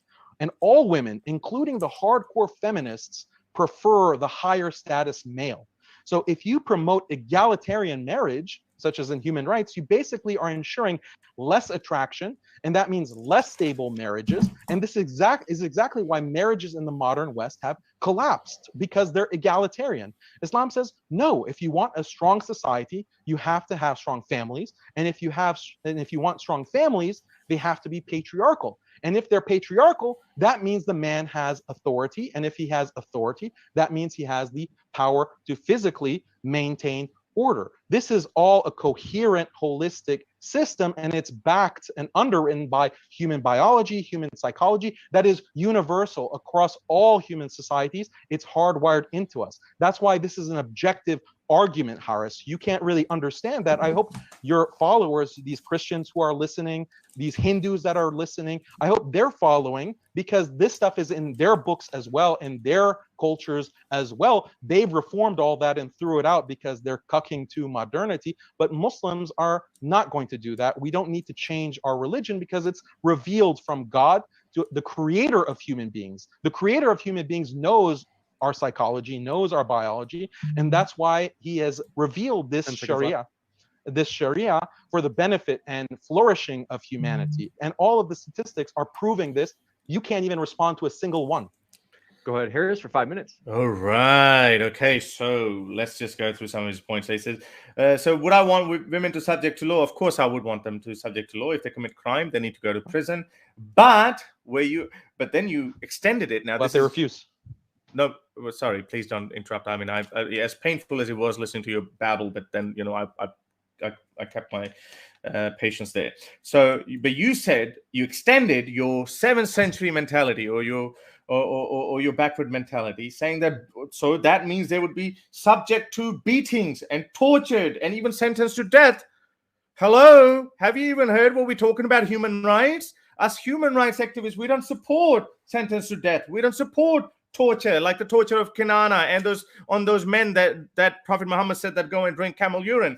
Like, we don't support that. Beating, we don't support that. So there is imprisonment, which is within reason. Yes, it's not ideal, but this is within reason. But at least we don't support torture. Yes, I know that if I beat a donkey, the donkey would probably be tamed. And this is the same mentality that you guys applied on human beings. A powerful person applies a force to scare them, intimidate them, and gets them under the thumb.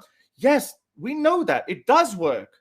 It does work. But should it work? Because now we're not thinking about the powerful, we're thinking about the weak. This is why we're saying no, women should not be beaten. Now you say, okay, so who would you rather have them? So I've already said that we wouldn't be beating, torture, sentenced to death, just subject to law, meaning humane laws such as imprisonment, with a full chance of parole and rehabilitation, and not to seek vengeance. Only, so who would you want them to punish by? Well, the state or someone who loves them.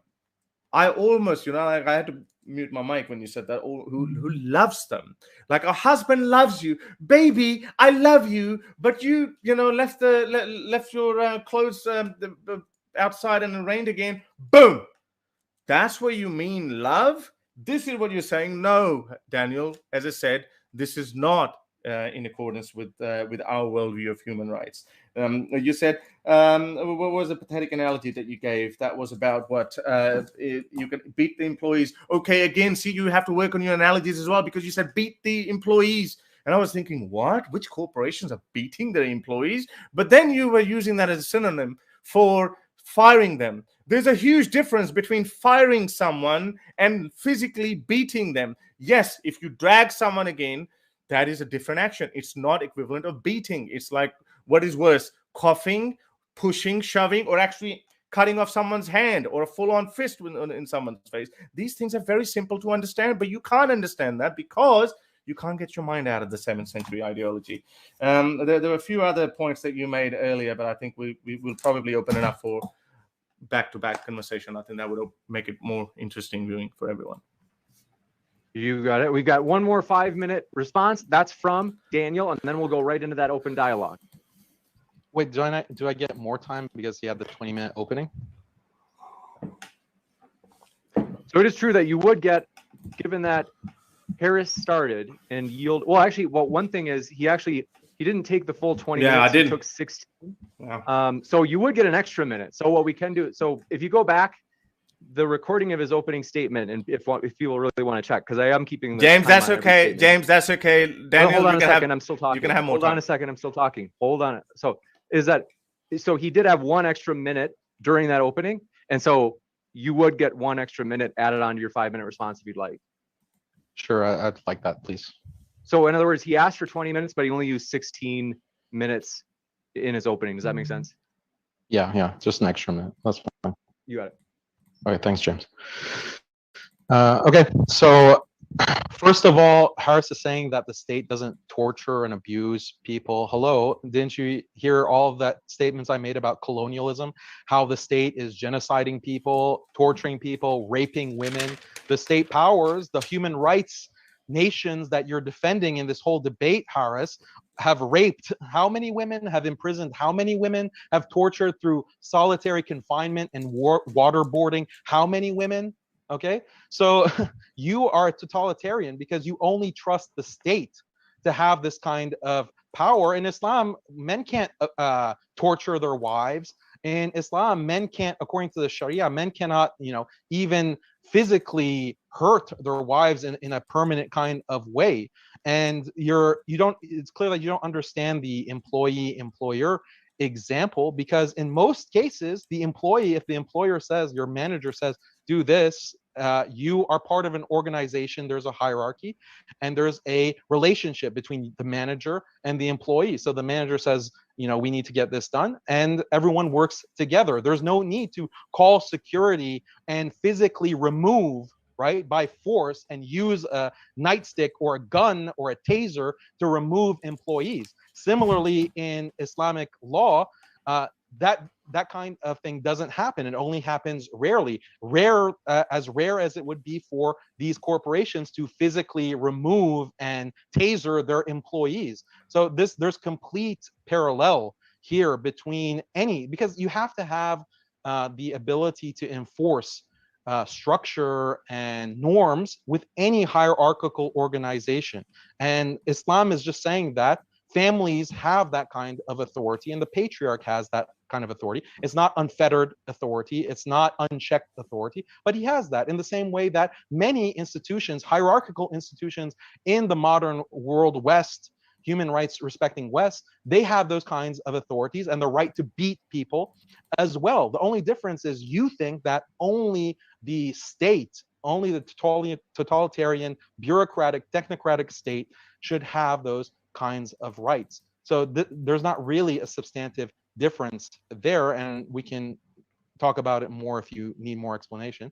But look, I just want to emphasize, we have seen how the extremist liberal doctrine of individual liberty at all costs threatens marriage, family, community. But really, this extremism threatens the very nature of humanity itself. Through the use of technology, modern liberal states now claim that people have the right to change their gender.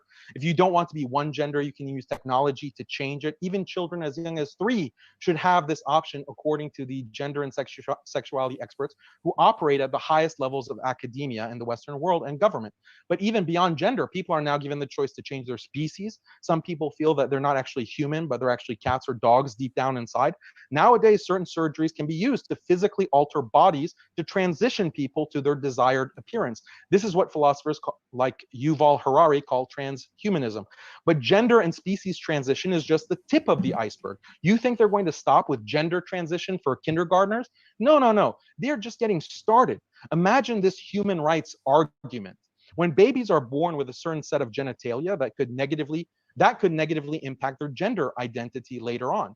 We need to make sure to genetically alter all fetuses so that everyone is born without any particular set of genitalia.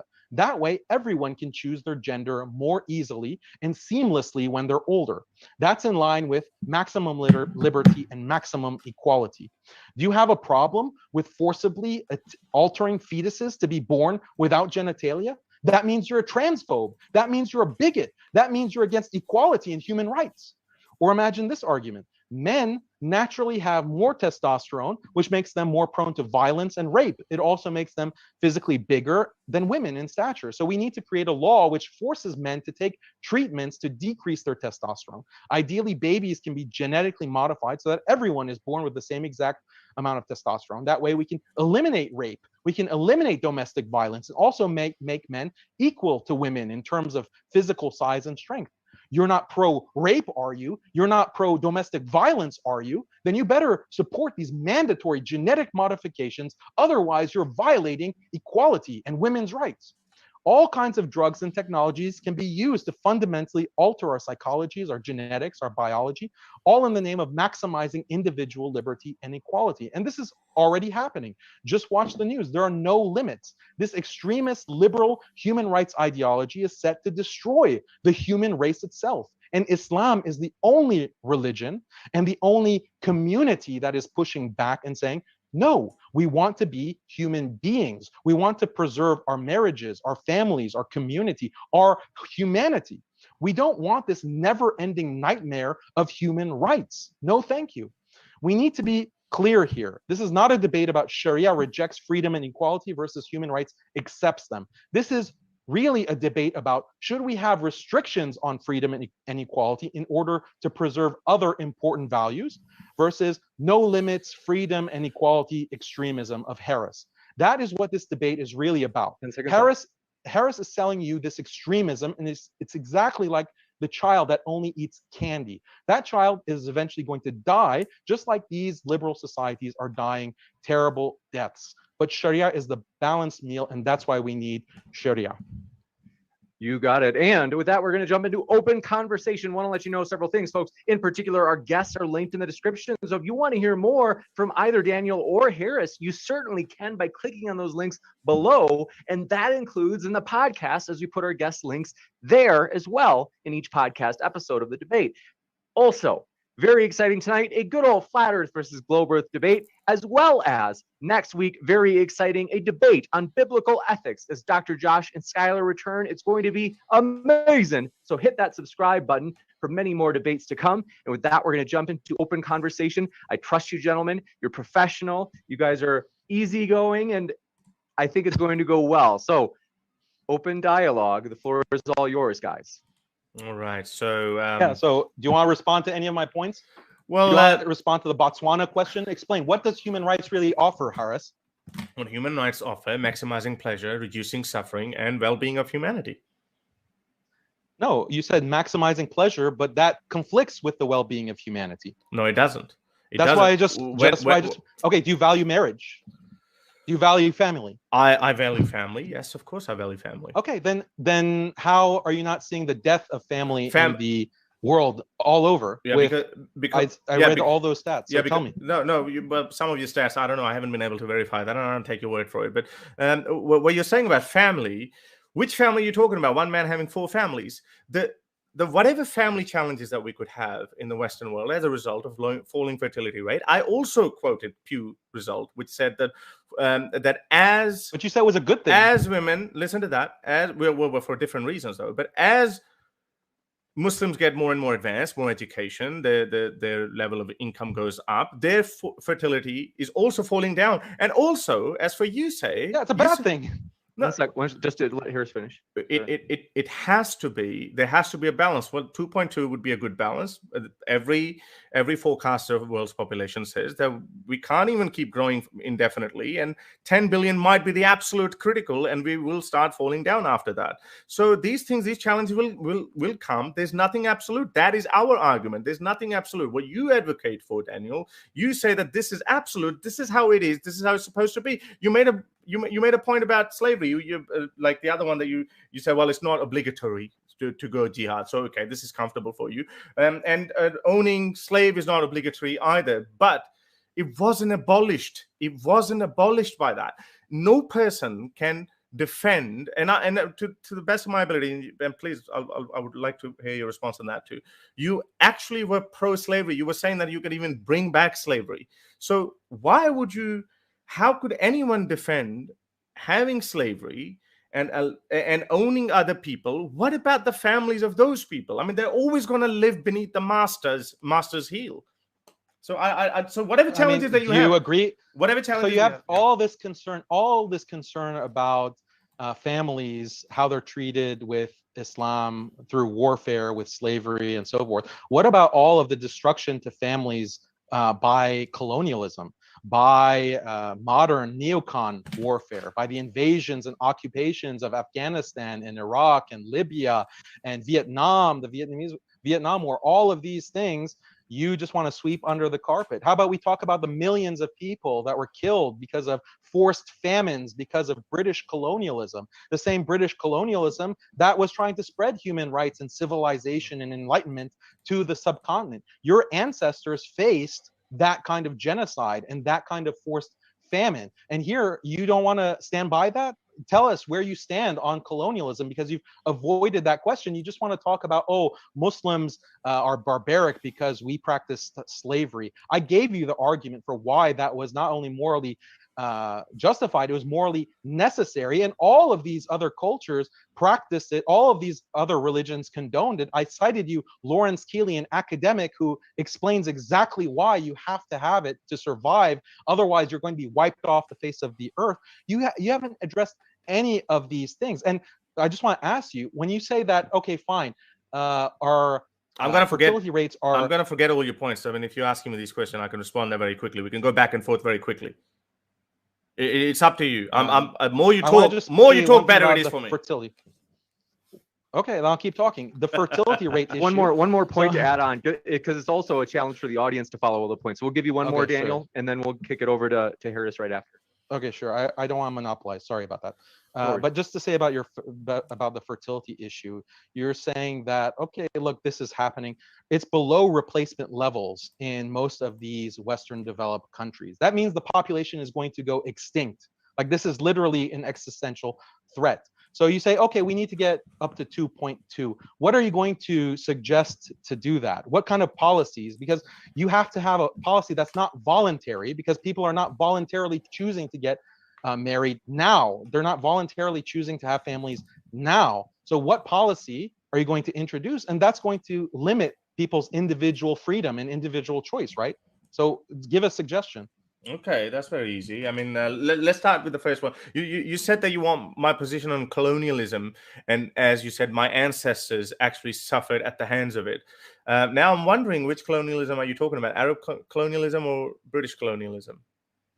I'm assuming that you would have been. It's very different. We can. Well, you want me to talk and give you about what we can? We know. I'll do it. We know one belonged to even more primitive society, and that brought slavery and sex slavery, whereas the other one brought other kind of suffering, but that didn't include slavery. So British didn't enslave people of India. So thank you very much. We know that. But yes, I'm not pro-slavery. I don't care about slavery. Yes, we condemn slavery. This was the cause of suffering of an enormous amount of people, including my ancestors in India. So I don't understand why you put that on me, as though, and you make an argument that, okay, they were going in the name of spreading enlightenment. You know, the human rights. Yes, the Enlightenment started post-Renaissance period, and then 18th century. You could go into the Industrial Revolution time. We could go from anywhere, but it took nearly 200 years to filter down to where we are. Even the postmodernism was actually a result of the catastrophic First and Second World War, despite of having League of Nations, despite of having some understanding of enlightenment, and despite of propagating human rights. But that was still not working. But that is our argument. These things evolve over time, and we are consequently getting better and better and better with each. We used to say with each 100 years, or probably a millennia back in further back we go. But now it seems like we're getting better and better with each passing decade. Yes, you raised some good points about this gender change and all of that. Yes, these things are problematic. We know that. But again, no one is rolling over. Thanks to human rights. But no. But that's overly simplification of human rights, because that's not all human rights says. The pre-modernism, part of what human rights says. What modernism is, which is scientific inquiry and reason, using reason to come up with better solutions. That is modernism. And now this is we're in postmodernism, and not all postmodernism is bad either.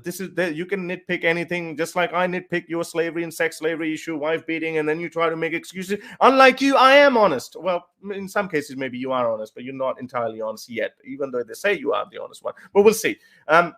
But I'm saying that there are some problems, and we know that these problems exist. So, but the main problem is that you can't spread these values without total war. No. That's the whole point. Daniel, you have to say that that's necessary. Daniel, that's justified. How are you going to get people in Afghanistan to follow human rights? You're complaining constantly about Afghanistan. So how are those people going to accept human rights and democracy as you propose?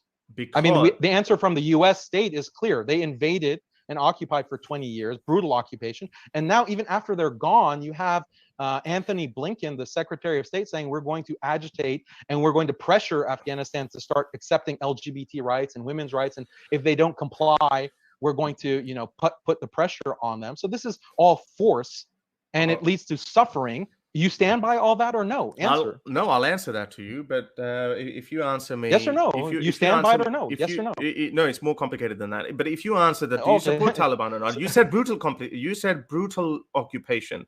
You could argue about the way the war on terror was started, but after that, America was not there. There was no Governor General of America there. There was no America in Afghanistan. There was no government that was directly American. The government itself was Afghan. The government was Afghan. Yes, you could laugh at democracy. They're Afghan. They weren't agents of.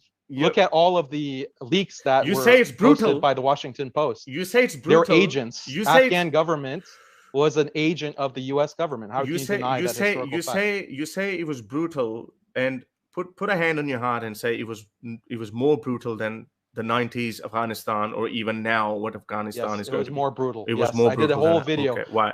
I did a 45-minute video on all the rape, all the all of the rape and torture and murder. You had Australia. You're an Australian, right? So you had Australian special forces who were hunting isolated farmers, Afghan horses, isolated and cutting off their fingers. No, this is a pattern of abuse. They were punished. Counting. They were punished. They were punished. Why were they even there? No, you just said that there was no presence. Now you're saying they were punished or isolated. So there were soldiers. Because there, right? So why are you changing your story? No, I'm not changing my story. What I'm saying that you said that there weren't anyone. There was no forces. I'm saying no. I didn't say that. I said the government. I said the government. I said the government was Afghanistan. So there's not too much overlap. I said the government was Afghanistan. The government was given back to Afghan people, and it was an attempt of democracy. Unfortunately, Islam got in the way, and it said, "No, sorry, we want to live in the 7th century, and we want to be ruled by warlords, terror, intimidation, and fear, and executions, and barbarity. And democracy has no place in Afghanistan. You should be." Everyone else, every sane person, not you. That would be unexpected expectation from you. Not everyone would be happy in Afghanistan. We've seen the footages of people trying to escape Afghanistan. Why? Burqa sales have gone through the roof in Afghanistan. People are scared. Women came out and women were beaten up. Just yesterday, there was a news story. The woman people was are trying down. to escape El Salvador and Mexico. But people are trying to escape all of these countries. Other reasons. Harris finish this point, and I promise we'll come right back to you. Harris, if you want to make this last point, and then we'll. Yeah, because Daniel made all these points. So anyway, so yeah, people are escaping those. Yes, I know if America says that everyone at the Lahore or Mumbai airport goes there, will go there. But no, we know that for a fact that they're leaving for different reasons. People are scared in Afghanistan for good reasons, because we know what Taliban have done. You said something about how would you we will go towards extinction, and how would you increase the fertility rate? And you offered a solution that you can only impose these policies by war. Like, I mean, you literally want to beat people up and invade a country and tell them to have sex and make more babies? That's not what I said. So what did you say? So I want to understand. I want to straw man. You said, don't you say that you have Islam? Yeah. Islam has these policies, right? In the Sharia, you can't have premarital sex. You can't have extramarital sex. You have modesty. You have gender separation. You encourage Muslims to marry young and have children and be fertile. Those are all policies within the Sharia that, when people abide by them, there is higher fertility. You have stronger families. You have healthier societies because of that. That was the argument. Yeah. It's not going to war. No, but you implied that. How you asked me a question? How am I going to apply that in the Western world where fertility rates are falling? So you didn't say that. What policy? What policy are you going to institute? What policy that will increase fertility rate? First of all, immigration is the one good policy, and we can always get people from bringing in Muslims from other countries. Well, there are a lot of Indian and Chinese too, so I would prefer them first. But no, Muslims are fine as well. Muslims. So that means that the people here are going to go extinct. Muslims are good people. No, that's not even the case. I mean, for example, Australia pumped up the fertility rate back in the early 2010s by giving out baby bonuses. So you'll get $10,000 check if you make more babies. So there could be all types. So your policy of immigration relies on Islam, right? You're not given a policy. Are Chinese Muslims? Because it's Islam's higher fertility, or Chinese or any of these traditional societies. That's fine. You're relying on Islam. So you've just deferred the argument. You haven't introduced a policy that will increase baby bonus the population, $10,000 in the indigenous population. Baby bonus. So you haven't really introduced the like the problem that you're having is you can't introduce any policy because it will restrict individual freedom. That's why you're stuck. Okay, so again, let me tell you. Let me go back to Pew again. Let me go back to Pew again, because as I said, it's got nothing to do with actual not wanting to make families or whatever. It might have some part to do with it, but it's got more to do with the improving economic standards. And this is why I said the Muslim birth rates are also going down. But Muslims' birth rates are also going down. Yeah, so that's good. I can see that. It's a bad thing. No, but it's a bad thing. It shows exactly why development and modernization and human rights is a bad thing. That's my entire point. So let's stop going to work. Let's stop making money. That's your solution, so we can just stay home and make more babies. Look, it is just one of the side effects of that, and humanity will come up with a better solution. Who knows what humanity 2.0 might be like? Who knows? We might be actually making babies in labs, or maybe we might not even need to keep increasing our humanity, because we would be living 1,000 years longer. So we don't know that. These are the problems that will come even later, and we'll come up with newer solutions, and we would have more solutions. You can't understand that because we will survive. Of course, we're not going anywhere. The birth rate is still going up everywhere else. No, you just said it's not going up. You're saying it's going down. Global birth rate is still going up. You just said it's going down. 2060. I said 2060 in my opening statement. I said by 2060 it would start falling down even for Muslims as well. And by the end of the century, it would hit a critical mass of 10 billion, and then we'll start going down. Your stats are all wrong. No, they're right. Birth rates are going down. They're going down consistently, even in the Muslim world. The Muslim world, the fertility is going down. It's a bad thing. Yeah. Right. And by 2060, what you actually cited was that Muslims, I didn't even remember what you cited, but all of the fertility rates are going down consistently across the world. And it's because of human rights modernization. Islam is saying that family is important. That's why you have to restrict individual autonomy with these kinds of rules I mentioned in the Sharia. And that's for the benefit of humanity, because you're not going to go extinct. So what should we have? Below replacement levels fertility. So Daniel, what should we have? Give me a. What should we have? Show me how human rights. Sharia. That's no. But what's the ideal? What's the ideal number for the planet we should have? Like 10 billion, 9 billion, 8 billion, maybe 4 billion, reducing the sizes of economy and our footprint. What would be the better one? We should have strong, stable families. That a child can be in a family surrounded by loving family members, his father, his wife, maybe a co-wife, cousins, aunts, uncles. All that's a beautiful, stable family, very high fertility. This is the beautiful example of family life that Islam promotes. The world doesn't need. What does human rights promote? Human rights promotes a child with his single mother just going to school and falling into drugs and mental health problems. That's what human rights offers the world. And we see that with the numbers. We see that with all the stats that I gave you, and you have no response to that. I've given you a response. I've given you more nuanced responses, and you're not understanding that, because these are the 21st century. That would be the latter part of the 21st century problem, and we'll come up with a solution. What you're saying, you can't give me a reason. What you're saying, you're basing that. One sec, just to hear from Harris. You're basing that family life is important because it gives a higher fertility rate. Higher fertility rate means increasing population. When I ask you what is the ideal population for the planet, you don't know that. You say, well, then you backtrack, and then you say, no, I'm just saying that the family. How can you know that? How can anyone know the ideal population? Oh, well, no. How can anyone know that? Human forecasters have actually said that over 10 billion people, the planet would not be able to handle it. And this is why. Fine, 10 billion people. So what? So 10 billion. So what happens then after 10 billion? You guys would start. If we let you have your way, you'd be like, no. We want to have the same family system, and we want to make 20 babies still. So then we'll go from 10 billion to 15 billion. So I can go that way as well. Islam is not like that. If there is a situation that requires overall maslahah. Okay, are you aware of this? Right, Harris, do you have any knowledge of Islam? There's something called community decision making. If there are pressing global challenges or there are pressing problems, the imams and the Sharia can accommodate that. It's called maslahah. It's called maqasid al-Sharia. These are things that are found in Islam. It's a very nuanced system that you have no appreciation of. That's why you're constantly strawmanning. Look, your future for very good reason. The future of people watching Netflix at home alone, masturbating and ordering Uber Eats. That's your vision of the future, Haris. And you haven't proposed a single thing consistent with human rights that actually counters that. You said you need muslaha. You said that your imams can sit down, and you really think that we're going to let the future of our world in the hands of imams? What makes you think that we don't have that? We have UN as well. We have World Health Organization too. We have climate organizations too who give good advices to scientists on good evidence, pretty much on the evidence that your imams are going to rely on. So we have that as well. We're also working our solutions. We have problems. we're working solutions for them. Immigration comes in, and then obviously we know that at some point China and India, their population is going to start declining too after 2060. So that's going to start happening. We know that, but again, we only look at it from the consumerist point of view, that for economies to keep growing, we need that. But the absolute critical would be 2.2. Even if it goes down, and then the problem becomes that, okay, we have an aging population, like it's the case in Japan. So we know these problems exist. And that has got more to do with the fact that we have higher living standards. People, you could blame consumerism more than you want to blame human rights.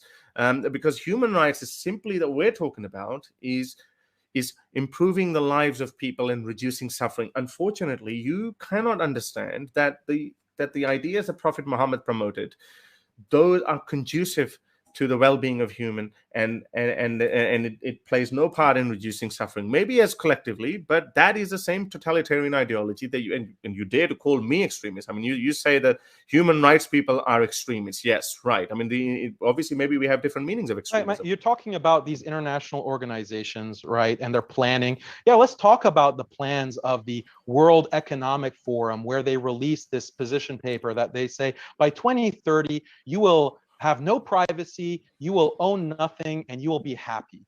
Like, this is their vision of 2030. Every individual living in a pod and eating some kind of bug-based meats, because actual beef is bad for the environment and climate, supposedly.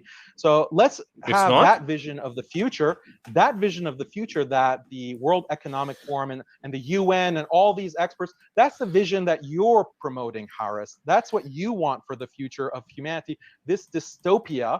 And Muslims are just saying, I'm just saying, no, we don't want that future. We don't want a future where all cultures are destroyed, all religions are destroyed. You're just living in a pod by yourself, and you have no family, you have no connections. You're just sitting in front of Netflix and masturbating and eating bug-based meats. Muslims are just saying, we don't want that future for humanity, and you're not proposing anything that contradicts that. We want 4 wives instead, and if my child turns out to be homosexual, he needs to be thrown off the rooftop, and that is what you're proposing, which is obviously. No, I made it very clear. There are rules that restrict individual liberty and full equality, because those are not the only values. They're not, and you can't propose anything. They're not. This was the balance question. They are and not. You haven't proposed anything. All right, you haven't. You got to go back to Harris for a couple of minutes. They're not the acceptable positions by your standards. I may as well go and live in China then, because if I have to take totalitarian views for collective good, then I can take some of their totalitarian views as well. You talked about, you made fun of, like, okay, we're going to be eating bugs or something, which kind of reminded me of are snails. I mean, let's just go back to Sharia for a little bit, right? So do you actually think Sharia is sacred? Do you think it's clear? Or it's open to interpretation? What do you think about Sharia? Like, I mean, you're defending Sharia, so let's just talk about Sharia. Is it clear or it's open to interpretation? There are certain parts of it that are unequivocal. Qat'i is the actual term for that.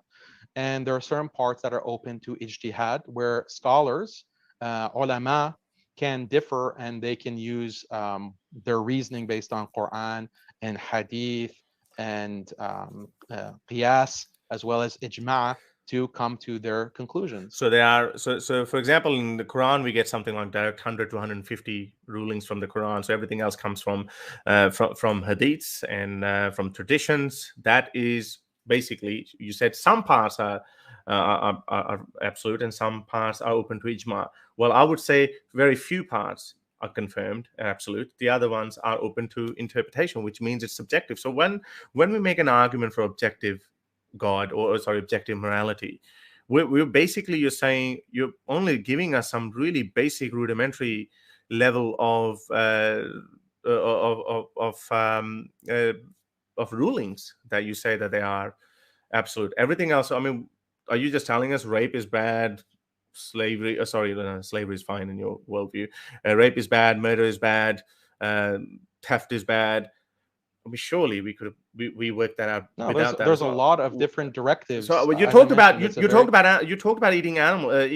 bugs. So I mean, so that just kind of triggered in my mind. Like, do you think snails, are they halal or not? Because Sharia is a lot more complicated than that, because dietary requirements is considered either it's halal or it's haram, and Sharia means Sharia is directly linked to your morality. So if you follow Sharia, you're moral. If you don't, you're immoral. Eating pig would be immoral because it's written in the Quran not to do it. But what about other things like, let's say, snail or a kangaroo? Do you think snail is halal? So it will depend on which school of thought that you're following. Exactly. Yeah, I mean, this is not what is your point? My point is that it is open to interpretation. Who is to take whose I said that. I acknowledge that. Yeah, I acknowledge that. Yeah. So you're trying to put on something to us. Then your system is not really that different from us as well. But it's the constantly evolving. Imams, ijma. Well, you talked way more than 2 minutes, James. Like, what's the balance here? He's just going on and on rambling. Go ahead, Daniel. We'll give you several minutes. Have 6 so minutes. I brought family, marriage, romance, love. Ooh. I didn't get to the points about community, but that's also valuable because people value their way of life, and Islam has brought together all of these different cultures under Islam, and they preserved. Like, I'm Persian. Persia was conquered by Arabs, by Arab Muslims and non-Arabs too, because the original Muslim community was ethnically diverse, but it was conquered by Islam 1400 years ago. Yet Persia has retained its language, it's retained its culture, it's retained many aspects of its literature. That's because Islam is compatible with people preserving certain aspects, not all, because idol worship, for example, is not preserved, that's not allowed, but preserving certain aspects of culture over hundreds of years. And I'm living proof of that. You have Muslims who are Nigerian, who are Malaysian, who are Uyghur, who are Turkish, Desi, Arab. All of these have maintained their ethnic and cultural traditions, but modernization leads to homogeneity, the extinction of languages, people who have completely been wiped off of the face of the earth, cultures that have been wiped off the face of the earth because of colonialism, because of this human rights regime, that even today you have languages that are going extinct because of colonialism. So Islam is something that preserves community as well. This is an objective value. Okay, you're talking about snails and kangaroos. I'm talking about things that are affecting billions of people on this earth right now objectively, and you can't address any of those points. How are you going to preserve community?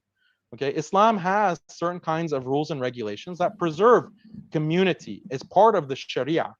But what do you have to offer? What does human rights offer? You haven't addressed that. You haven't also addressed the fact that you're saying that people in Afghanistan are running to the airport, and you're blaming the Taliban, you're blaming Sharia because of that. But when you have people in El Salvador and Latin America who are literally risking their lives, the lives of their children, to migrate to the United States from these human rights hellholes, you don't blame that on human rights. You don't blame that on LGBT rights and women's rights that are respected and practiced throughout Latin America. Why, Haris, are they risking their lives to migrate to the U.S.? That's another question. The Botswana question. That you haven't I answered that before as well. That this is probably because one is because of the economic reasons, and the other one is for human rights. Oh, really? Economics? Reasons. Yes, of course. No. Why? Shit. How do you know? Why? No, because go ahead, Harris. I want to give Harris a couple minutes too. Sure. Weren't you the one who was quoting the GDPs of El Salvador and Botswana and United States? So of course it's because of why everything has to be so binary with you guys? Because maybe you can't. No one in Afghanistan cares about economics. You can't. Want to give that a couple of minutes to Harris as well. Let's just go with that, Haqiqatjou. You made multiple points, and then you let me finish because there was another point as well before that. So this is very simple. Economic reasons. People. This actually shows us our longing for better lifestyle, and we would want to go to America. We would want to go to Europe. We would want to go to Australia and better countries so we can improve our lives. We can buy bigger houses. We can have less children, not 4 times 2, meaning 8. Not that many. We can give them good quality education, good food, good clothes, everything. This is human nature. We long for it, and that's the reason why we have. Yes, there might be consequence of falling birth rate. The same generation, same people from same community, when they go to Western countries, even they start having less kids as well. So that is a side effect of it, but that's just the way it is. But you think that what you replace it with either take it all or you don't, then sorry, we can't take that, because Sharia doesn't just come with that. It does come. You laugh at kangaroos and snails, but there are so many other baggages that come with that too, such as homosexuals, the honor culture, wife beating, multiple wives, and not to mention really bad sense of fashion. Everything comes with it. So those are the things. What did you ask earlier about? You said something else earlier about before this Botswana problem. You were asking me another question. Yeah, how does this human rights regime preserve community, preserve family, preserve marriage, these objective values? Are these objectives? Do you think marriage is valuable? Well, as I said, the only reason is that we look at for the next generation, and we look yes at for or the no? better. Is it valuable or not? We look at no, it's more complicated than that, because we look at how it's the possible next that generation. Marriage is not valuable. Well, marriage itself, marriage and romance and love. No, romance and love might be, but not marriage, because marriage doesn't mean much. I mean, you can be a partner, you can be in a civil agreement with someone, and you can live without but marriage. Even those are declining. No, they're not. Those are declining too. No, not really. They are. I cited all of the stats. I don't trust your stats. Sorry, we'll have to look into it. You're having people who are permanently celibate, not having sex. No, you're talking about incels, mate. 1 out of 4 people, according to Pew, according to the stats I mentioned. Okay, we'll is sex valuable? Is sex valuable? Yes or no? Or is it complicated? Everything is complicated, right, Haris?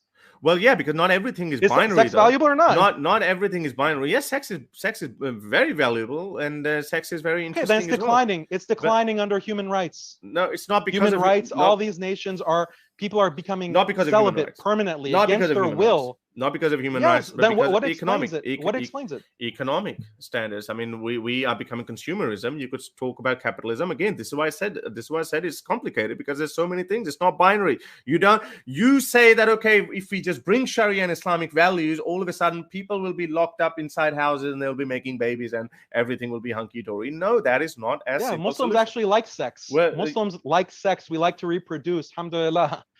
Yeah, right. We're men, right? Yeah, we're actual men. We're not these kinds of soy boys. Right. Okay. Soy boy liberal human rights advocates. Right. We're men. Well, we like to stay at our houses and have sex. Actually, marriages. Well done, and I see, mashallah. and I see how you say that. What kind of men you are? You actually say that. Oh, don't you want a woman who is obedient? That is your definition of manhood. This is your. Because we like stable marriages. Yeah, because you like 99% of other human cultures. You like to. Yeah, 99% of other human cultures that you want to wipe out. Primitive cultures that you want to wipe out. Primitive. Wipe out the primitive people. No, I'm not saying wipe out. I'm not saying genocide. Not people. Yeah. No, I said cultures. People. Dehumanize them. Genocide those primitive people. Cultures. Good job, Harris. You're amazing human rights. It's not going to work, Haqiqatjou. Primitive people. Haqiqatjou, it's not going to work. I'm talking about the cultures being primitive, and when those people come out, when they step into the wipe them out. Yes, so that's fine. Cultures, I don't care about that. But when they come out in the 21st century, they adopt modernism. When they come to the modern world, then that's good. Then everyone, whether they're from Botswana or they're from El Salvador or from India or China or Pakistan, wherever they go, Afghanistan, they go to America, or their own local countries become modern, that's fine. Because then we're not going to expect 50% of our population to be obedient to us. Now, that's your definition of manhood. I'm sorry, that's not my definition. Yeah, you want everyone and to my be manhood is still to intact. The totalitarian state. You want everyone to be obedient to the totalitarian technocratic state. You want all power monopolized by the central authority who can shove you in your pod and issue you social credits with constant surveillance, the system that we see in China and that's being rolled out in the EU, in Europe, and now being considered in Canada and North America. This totalitarian system, that's what you want. That's consistent with human rights. That's what human rights ultimately leads to, right? You need to look So those primitive cultures, primitive Muslims, primitive Aboriginals, Native Americans, we need to wipe out their cultures, and they need to adopt this universal, homogeneic, get in your pod, eat the bug meat, eat your soy, forget about sex because it's not valuable or family is not valuable. Yeah, that's the future that you're envisioning, Haris. It's not attractive to me. Don't you guys complain? I don't know about your Hindu or Christian followers, but don't you? I think they're starting to realize that what you're offering is this con, this hoax, and I can it's see. really scary. Actually, this is the terror of the modern liberal state. It's devolving. It's destroying the human race. Okay, I can see how my Hindus and Christian followers are like they're saying the Shahada and they're converting to Islam very quickly. So, you need to look up the meaning Inshallah. That dream will never come true, Daniel, because people are leaving Islam, not joining Islam. The only way you can keep Islam going is, as you said, be a man, keep making babies. But you need to I'm look honest. up. No, you're not. I'm honest. No, you're not. You need to look up. You need to look up the meaning of totalitarian. I mean, you have totally. I'm actually surprised. What's the meaning? I'm What's the actually definition of totalitarian? I'm actually Tell me. surprised. No, hang on a Educate second. me, I'm Harris. actually surprised. I'm actually surprised that you actually didn't use in defense of slavery. You didn't use the example of, well, modern day 9-to-5 job is slavery as well. You didn't use that because that's how you come up with these little. That kind of argument is too sophisticated for you, Harris. Right. No, you can't even understand. You the know he was so argument that I pathetic. gave you. You knew he was so You pathetic. couldn't even understand. I can't educate you on all these things, Harris. Respond to the argument that I gave, not another debate. You knew. Stop riding. You knew. Apus's coattails. Just respond to the argument that I gave. You knew he was so pathetic that you actually dropped that. You were so scared to actually use that. No. Yes, you were. I'm so scared. I'm terrified of you, Harris. You're a towering intellect. I can see that. I can see you actually. Let me have some questions now. So no, you haven't even let me. Okay, all right. Ask more question. Because I actually forget because you go in so many different tangents. Then I actually forget about what you were asking me, and then you just start having a ramble. You're an admirer of Richard Dawkins. You've called him your hero. You think he's this towering intellectual figure. He's actually praised your book. You've praised him. But he tweeted back in 2013 this tweet: all the world's Muslims have fewer Nobel Prizes than Trinity College, Cambridge. Okay. So what is this genius implying here? He's implying that Islam is so backwards and so uneducated that they have so few Nobel Prizes. So Harris, explain to me, how many Nobel Prizes does Latin America have? How many Nobel Prizes does China and Sub-Saharan Africa have? How many Nobel Prizes does India have? And what's the discrepancy between Nobel Prizes in the UK? Colonialism, right? Yeah, yes. So then tell Dawkins. No, I get it. Those countries are colonials. But the other point is that the world also acknowledges in the golden age of Islam. Educate Dawkins. Educate Dawkins because he's blaming Islam. But you need to tell him that no, this is because of colonialism. Even before Nobel Prizes became a thing, even before that, when there was no colonialism, when Islamic Caliphate was in full flow, it did not match the levels of scientific revolution that West enjoyed, or even the Islamic world enjoyed in the 9th and 10th centuries. And there is a whole scholarly work behind that, different opinions on that. Some people blame Genghis Khan, some people blame Al-Ghazali, whatever the reason was. But science or discovery in the Islamic world just went down. And unfortunately, it seems like, for example, when we just simply talk about evolution, we talk about evolution, and when the Muslim scholarly work, when universities in Muslim countries, when they don't even acknowledge evolution, how are we ever going to make any progress in the fields of biology? You could argue about physics and chemistry, and we could hope that. But again, this would be linked. Let me finish my point, man. Come on.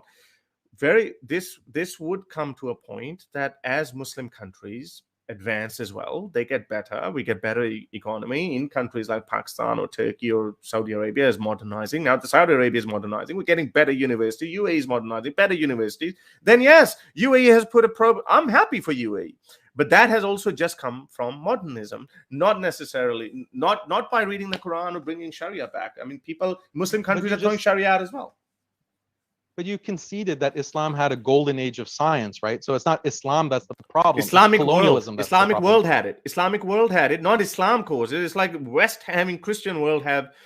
Yeah, I'm not going to. All the problems are blamed on Islam, and all of the positive things are blamed on everything except Islam. That's the way that you're going about it, right? What directly comes from, where's the principle? What directly comes from theology, it would be blamed on that. I mean, this directly comes from the life of theology is very slavery, clear. sex slavery, wife beating, these kind of things come directly from Islam. All responded to. They're good people. All responded to. They're good people. I responded to all of those. Yeah, no, you didn't. Well, you haven't responded to my people. point. Yeah, people. You're saying that you're saying you acknowledge that Islam is not anti-science. I want to jump in.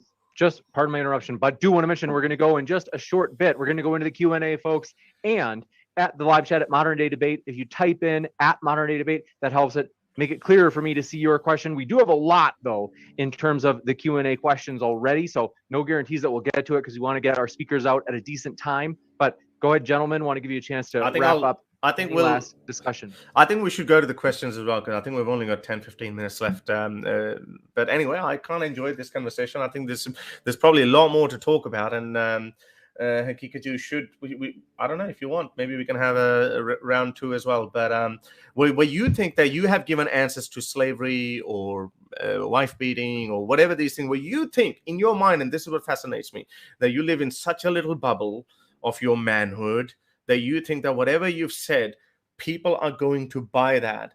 No one is buying that other than your own choir boys. No one outside of that circle is buying that. This doesn't make any sense, Daniel. If you just wake up, they are buying it because they're part of those cultures too. The Christians and the Hindus and the Jews, they can look at their own cultures, they can look at their own traditions, they can look at their ways of life, and they'll find that there are a lot of parallels with Islam. And then they'll realize that, wow, it's the modern world that's destroying our ways of life. It's modern world that's destroying our families, our marriages, and clearly this is not sustainable. That's what they're going to realize. You just saying slavery, wife beating, concubines, that's all your whole argument is, just putting out those words. You haven't because it matters. Been conversant. Because it matters. You haven't been conversant with any of the arguments or the points that I made, logically explaining, citing academics, citing studies. Yeah, it's all riffraff. Academia is riffraff. I try to be objective. That's not objective. You didn't even answer my objective morality question. Okay, scientific studies aren't. Scientific studies aren't. I'm not going to take any scientific studies. Scientific studies. I'm not going to take any scientific studies. It's not from me. It's published in Science. It's published in Nature. Pew is Pew. You have a problem with Pew? How about the Global Social Survey? How about the Ethnographic Atlas? Your interpretations. I'm not going to take value survey. Are those objective? I'm not going to take your interpretations of them. I'm not going to take your interpretations of them. I just gave you the numbers. Well, no, you just gave me. I'm not aware of them. I can't. If I can't verify that, I'm not going to comment on that. I'll put all of the citations. Well, that's good. And then maybe we can have around in the video description after the debate, so people can analyze it for themselves. Yeah. What we can do is you can actually send. So when you put it up, then we can debate on them, and then we'll see that how honest is your interpretation of that data, and how you're actually how you're twisting your worldview to fit that as a solution, and then I'll see, okay, how can I shift my worldview and fit according to that, and then come up with a solution. So this is actually very easy. I think, Daniel, you should know this. But anyway, so the reason why I bring up those loaded terms is because I know this is your Achilles heel. For us, it's harder to argue or reason with people who are these postmodernist Islamic scholars, because they also believe in this, constantly evolving morality, and they believe they're reasonable people because they haven't switched off the compassion switch. But you guys, it's so easy because, yes, I just have to throw sex slave at you. Like your prophet did that. Why would I want morality or family system from him when he did that? I'm sorry. I'll find someone else. I'll use my own brain to come up with another solution. So anyway, I think we should open up to the questions. So your problem is not with Islam. Your problem is not with the Prophet, peace be upon him, practice sex slavery. You find this throughout all of these 99% of other societies and cultures. Yeah. Read Lawrence Keeley, his book on pre-modern warfare. Read all of that. They're all ancient. I know that. Your criticism. They're all ancient. I know that. I don't go for them. So shouldn't morality be based on contextual factors? Morality should be based on reason in light of constantly evolving situations around us. And exactly. There was a different situation and circumstance in the past than today. No, but that's not your claim. The Prophet acknowledged it. That's not your claim, though. This morality is for all time. You change your position, Haqiqatjou. You were supposed to be literalist and honest. This is supposed to be. Quran is supposed to be for all time. Didn't I say jihad? Didn't I say slavery? I said that certain aspects of Islamic law are context dependent. They're based on ijtihad. They're based on maslaha maqasid, and certain are not. This is something that is acknowledged throughout Islamic tradition in fiqh and Sharia jurisprudence. It's all there. Certain rulings are always there. Certain rulings hidden everything. Certain rulings, open book about this. Certain rulings have always been there. Certain rulings will always stay there, and those rulings are barbaric. Others not. Yeah, but those rulings are barbaric, and because No, I mean, this is what you Baghdadi. just You asserted. said Baghdadi Just said. asserted. Baghdadi said, "Why should I stop taking slaves? Because UNO or America tells me," which is a very valid point. Your prophet allowed you to have sex slaves. So who is? So I gave why you should the reason you for gave that. the reason for other imams? I don't accept that. What if I'm a literalist? What if I follow just the hadith and the life? I of the gave you an prophet? argument. Remember, I said, let me steel man your argument, Harris. Okay, people who are watching, rewind the tape and watch that section. I steel manned your argument for you. You didn't even make that point. I made that point. But And why I didn't you make the explained point why, again? even in that situation, the world would be a better place if instead of nukes, chemical warfare, biological warfare, constant mass surveillance from intelligence agencies, and warrantless wiretapping, all of this, on one hand, No, in it's a just because world of that lack of has reason. slavery, That's because and a world that has slavery. Which one is better? No, that's because it's and I said, and there's a lot to say about slavery being the better world, the world that's lower tech, not for the but slave. has slavery. No, not really, not for the slave. I mean, slave Yeah, would it's probably. not. It's not great for the guy who's being nuked. No, it's not great for the guy that's being burned alive with chemical weapons, with biological weapons. That's it's not arguable. Great for those victims of that's Agent arguable. Orange, those children born with these kinds I would of rather be huge nuked. heads I would rather be. defects. I would rather be nuked than be It's a slave for them someone either. for 20 years. I would rather be nuked than be enslaved for someone for 30 years. That's subjective. Than be killed by a nuclear weapon. Yeah, I'd rather be killed than be a slave. You'd rather be killed than be a slave. That's Yes. the point in which we would jump That's so into. easy. That's really logical. That's very logical. So, gentlemen, you should get I that do too. want to transition. I do know that there are more points to be made. However, you may get to make them as we do have a lot of questions. So we're going to fire through these really fast. And I also want to encourage you, each of you, I'm okay with it sometimes where either of you will give a response to the other person. But I want to ask, because we have so many questions, and I really do want to get through them all for the audience as they've already put those questions in, is if you could try to do as few responses as possible. And I know it's going to be tempting because you're going to want to respond to as many, like probably all of the things that your opponent says, but that basically doubles the time of the Q&A rather than if we just have one person and you could say kind of let the audience try to kind of pin them to the wall. And so once in a while, I'm okay with it, but I do want to keep it down to a minimum so we can get through people's questions. So jumping in, and want to remind you folks, our guests are linked in the description. So both Daniel and Harris are linked in the description down below in YouTube and at the podcast, as all of our debates end up on podcast within 24 hours of them being live. Mr. Monster with the first question says, truly Islam does not allow for free will. Daniel, I think that's for you. Oh, can you repeat that? Sorry. They said, clearly Islam does not allow for free will. No, the argument that I made is that individual liberty and the freedom to choose and equality, these are beautiful values that Islam acknowledges and respects. But Islam says that these are not the only values. There are other values that are important as well and deserve to be respected and preserved. There are other institutions that deserve to be respected and preserved. Institutions like marriage, family, community, and just human biology, humanity itself. That is something that is worth preserving. But in order to preserve those things, sometimes you have to put limits on free choice, on individual liberty. And this is why Islam is balanced. But if you have this human rights extremism where free choice and free will is everything, then that leads to really bad consequences. And the stats, the objective stats, prove how that ideology is destroying marriage, it's destroying family, it's destroying community, it's destroying all these other values.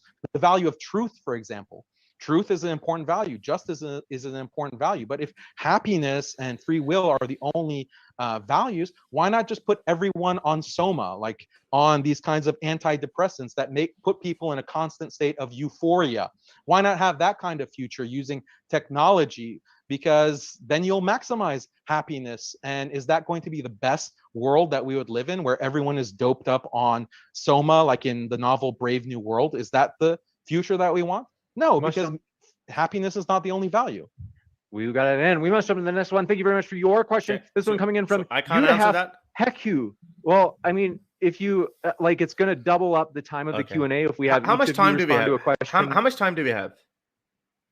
Well, let's see. If you include the fact that we cut early on a couple sections, have maybe about 30. I would say about 38 minutes for the Q&A. So we've got to like cruise through these. And I got to say, folks, please, we have so many questions that at this point we can't guarantee that we'll get to read any new questions. So please know that no matter what way you submit the question, we have so many. I want to let you know there's no guarantee we can read it. I have to respond to this one because I think it's fair to have the other response as well. Because whatever answer we have. Hold on a second. Hold on 1 second. Just so do you understand though the idea that it will, like, the audience has submitted a lot of questions they'd love to have heard, and so if you've already had about 2 hours of you guys going back and forth, and so I do kind of want to minimize these. If you really have to on this, no, that's okay. Okay. Let's go with the next one then. You'd have Haqiqatjou says, under Sharia, Muhammad was allowed to marry Aisha when she was 6. Would this be allowed under your system, Daniel? Oh, so 2 questions for me. We're not going to go back and forth? Oh, some of them, a lot of them are going to be there. Yeah, we haven't like organized it so that it's alternating. It's sometimes it's going to be several in a row for one person. Just answer it. Yeah, I mean, this is something that many cultures practice to this day, and it's based on this biological reality. And you find many cultures where they're trying to maximize the fertility window of women because they want to have more children. And this is basically the way that evolutionary psychologists explain it. And I'm not promoting evolution, but these are people that you would respect, Paris, or other atheists. They say that it's actually to an evolutionary advantage to maximize the fertility window so you have as many children as possible, because women only have about 25 to 30 years of fertility. If they wait until they're 25 or 30 or 35 to get married and have kids or have sex, then that means they'll only have maybe 1, maximum 2 children.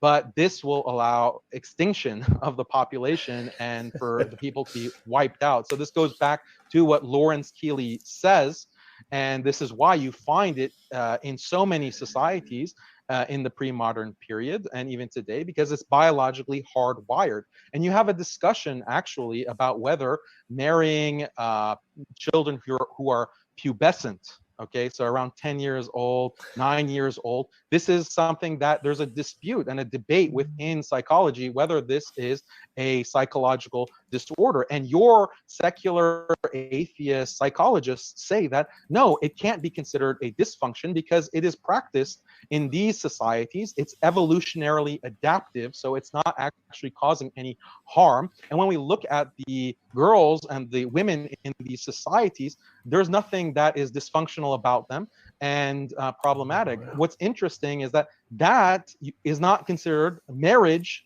to 9-year-olds is not considered pedophilia. What is pedophilia are the practices of modern pedophiles who go into the closet and diddle little kids. That's abhorrent. That is an abomination. Islam does not promote that. Islam promotes marriage. It promotes family. It promotes these wholesome values, and other societies have practiced this as well. I mean, Richard Dawkins actually is on record speaking in multiple interviews where he actually defends mild pedophilia. Let's move on to the next one. Well, but just because there's so many, we have a ton of questions, you guys. I have to respond to this. I have to. I mean, that's fewer questions from the audience. That's fine. I'm really sorry, guys, but these are really critical ones. So first of all, he said Islam doesn't allow, the Western way, like how there's pedophilia, etc. Yeah, Islam just legalizes pedophilia.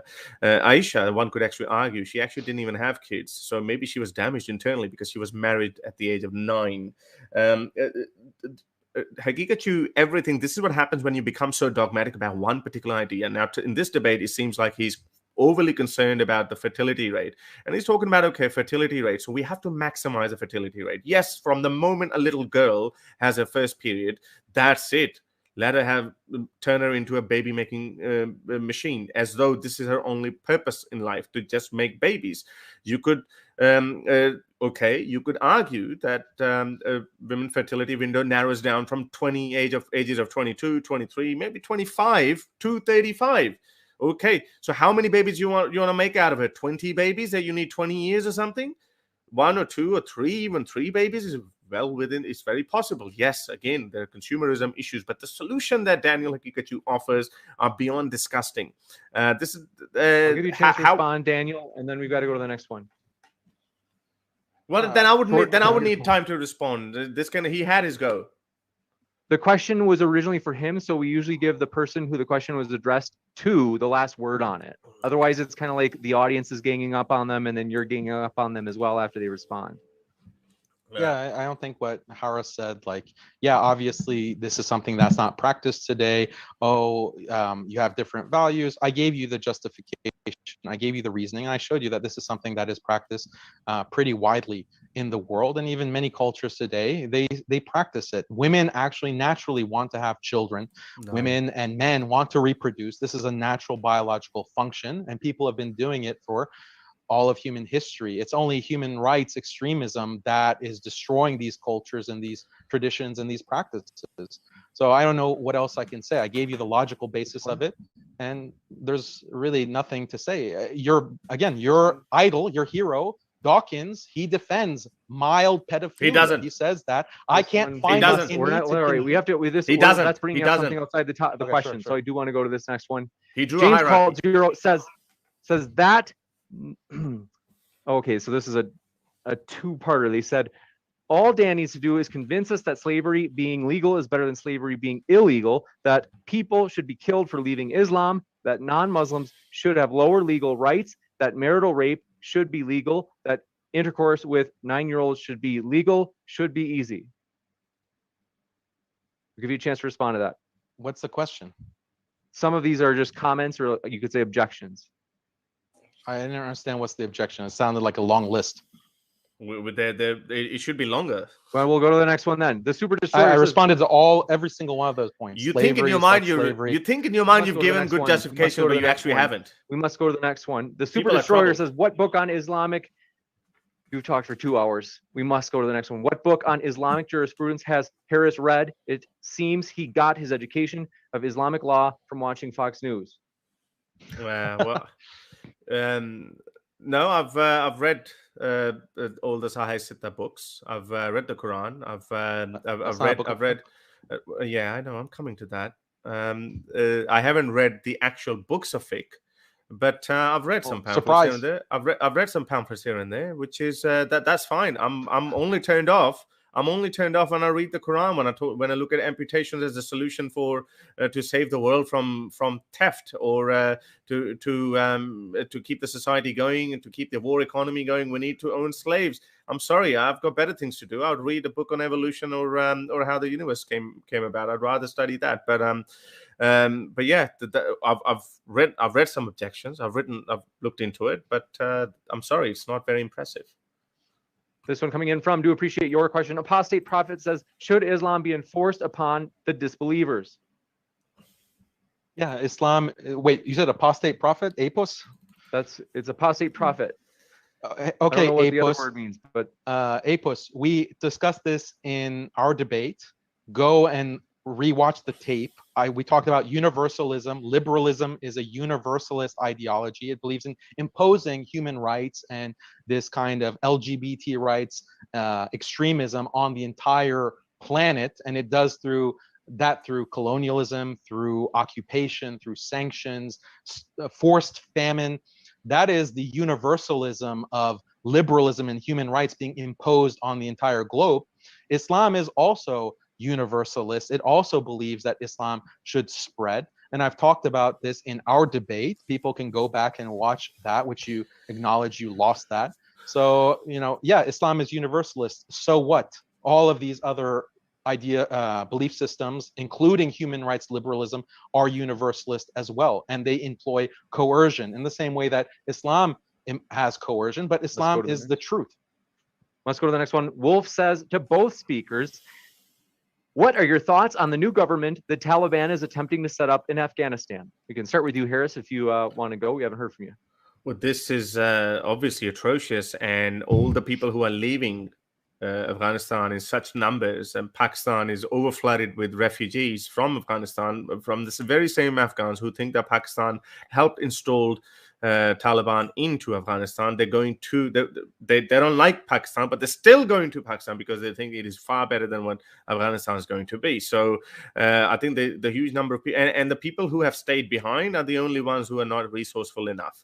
We saw when Taliban took over Kabul, we saw how every road, every traffic jam was leading to the airport. So that alone says it all. All of a sudden, these women who are buying burqas, they have realized, oh, hang on, maybe I should wear a burqa. No, it's not. It's purely out of fear and intimidation that Haqiqatjou talks so much about. And then he says that, the world is imposing human rights on us. Yes, they're both universalist, if you want to say. But one is saying, have some compassion, and the other one is saying, no, we're going to chop your hands, we're going to throw people off rooftops, we're going to stone adulterers to death. So there's the world is apart. Daniel, what are your thoughts? Yeah, the Taliban, they're another government. Insofar as they want to implement Sharia, I think that's great. I really hope that they will implement the Sharia. And I hope, that they will not be attacked and sanctioned and pressured by the US and in these brutal kinds of ways where all countries that try to implement Islam are sanctioned and pressured. But I have a question for related to this, because Harris mentioned people leaving Afghanistan. I highly recommend we don't do it, just because we have so many questions from the audience that they really want to hear you guys respond to. Look, Harris, if you were offered, imagine 50K in Australia. If there were a country that was offering you 10 times as much, right? 10 times as much, 500K, would you get on the next flight to that country? No, probably not. No, 500K, 10 times your salary, 50 times your salary. No, because if I have my family here, I'm happy here. I'm actually You can not gonna move go your there. family first class with that kind of paycheck. Yeah, but maybe I still have. Yeah, okay, maybe if you make the whole family as well, then may be the case. But why are you laughing? Okay. Hang on. Whoa. I gotta finish this point. Why are you laughing as though you've actually made a slam dunk argument and you haven't proven anything? So you've actually you've actually proven my point. It's a massive own goal, Daniel, because these people who are trying to go to America, they're single males. Sometimes there's only women have been giving their children away. Just take my child away. So they're not like going entire family for economic reasons. Yes, if it was for economic reasons, you could say, okay, it's for economic reasons. But these people are not leaving for economic reasons. These people are leaving out of fear for Taliban and the suffering they're going to bring to people. Now you can laugh. Let's go to the next one. This one coming in from Apostate Prophet says, Daniel, Muhammad said the sun travels to a Why are we taking all questions from Apostate Prophet? He already got his questions. Go to some other question. I don't need to answer questions from that loser. Like, he's not relevant. We answer them in the order. Be careful, Haqiqatjou, because after this debate, people are going to call you. Where are questions from Harris? Where are the questions from? We've got to go to the next Muslims one. for Harris. Listen, we take them in the order that they come in. If you want to make sure that it's done I want to that balance particular way, you have to let us. I want to balance Q&A. This is the way we've always done it. Nobody's ever complained about it in 600 debates that I've moderated. He always complains. We're going to do this the way that we've always done it. You're complaining about not enough questions, but there's two from the same person. They said, listen, we take them in the order that they came in. If you didn't want that, you could let us know before the debate. So they said, Muhammad said the sun travels to a resting place at sunset and prostrates to the throne of Allah, where it asks for permission to rise again. Do you agree with Muhammad? The Quran says this, the Hadith say this, and yes, of course, I agree. And this is not related to the debate. This is something that's irrelevant to the question of Sharia and human rights. If you want to talk about Islam and science and interpretation of the Quran and conflicts with modern science, I'm happy to do that and talk with a reasonable person about this topic. But this is not relevant to the debate. I don't understand the moderation here, James, because you're supposed to ask relevant questions about the debate. This is something completely irrelevant. It's embarrassing. This one coming in from Secular Pagan Mums. Thanks for your super sticker. And Grimlock says, I'm sad that I can't skip ahead in the debates. Apostate Prophet says, you guessed it. Here he is again. Daniel, the Quran says that the stars are missiles thrown. Let's see. I sympathize. It's not relevant. Look, he's Daniel. Is it okay if I finish? Where do you think it's okay to just interrupt people? So my point, I was actually going to agree with you, Daniel. I was going to say, like, it is true that these aren't really related to the actual debate. So that is something that I want to be mindful of. Lindsay Marie says, Daniel, you really believe all Muslims don't have sex before marriage and don't sleep around on the partners? Yeah, the stats show that Muslims. Read Stephen Fish, are Muslims unique. Read his book. Read the articles that I'll cite for you that show that Muslims have lower levels of premarital sex, lower levels of extramarital sex. This is something that is a sociological fact that non-Muslim academics have written about. You can look at also the World Values Survey from Engelhardt, and he also establishes the lower rate of premarital sex and support for premarital sex amongst Muslims. Now, a minority of Muslims are obviously having premarital and extramarital sex. The point is that it's at a much lower overall level than these other religions and these other modernized people. This one coming in from, you guessed it, Apostate Prophet says, Daniel, do you prefer Islamic law or secularism? If you had the power, would you want to return the U.S. into an Islamic country? What would happen to the resistant, disbelieving men and women in this Islamic America? So there's a lot of ways to spread Islam, right? And I invite non-Muslims in America and throughout the world to look into Islam, investigate Islam, look at these arguments that I'm making, and have an open mind. Like, you see this kind of con game and hoax that people like Harris and Apus are doing, where they're trying to, repeat the same talking points, but it's all based on lies. And when you actually understand how Islam and Sharia law, orthodox, strict Sharia law, is promoting family and marriage and community and results in flourishing of human life, all people, and how this has been the case for 1400 years, then people will be open and will want to accept Islam. This is my message to non-Muslims watching, and I do it with a very sincere and open heart. This one coming in from Death Hip says, Daniel, colonialism is soaked by non-Europeans as well, mostly by Asians, Chinese and Japanese, etc., and even sub-Saharan Africa, like Idi Amin. Idi Amin. Thank you. Yeah, I agree. Like that's proving my point. You have people conquering and being conquered throughout human history. This is why war and slavery and sex slavery are so ubiquitous throughout human history across all these cultures. But there is no colonialism like modern European colonialism, because modern European colonialism has technology, and that enables more genocide. Now, of course, there were genocides in the past, ethnic genocides that happened, but Islamic conquest is not genocidal, and it's not ethnic based, because people can convert into Islam. Conquered people like the Persians, like my ancestors, they converted into Islam and they achieved equal status with the conquering Muslim community. So this is very unique in Islam. This is why Islam has been so ethnically and culturally rich and diverse, but you don't find this with European colonialism, because it wipes people out. We have so many people, Native Americans, Aboriginals, Asians, that have gone completely extinct because of European human rights colonialism. So basically, your ancestors gave up. They surrendered. I hate to do this, but just because we have so many. Cold Loyalty says, Daniel, are you not aware that Islamic groups pushing Sharia law are currently committing vicious murders of families and children and posting them on the internet? What about those destroyed families?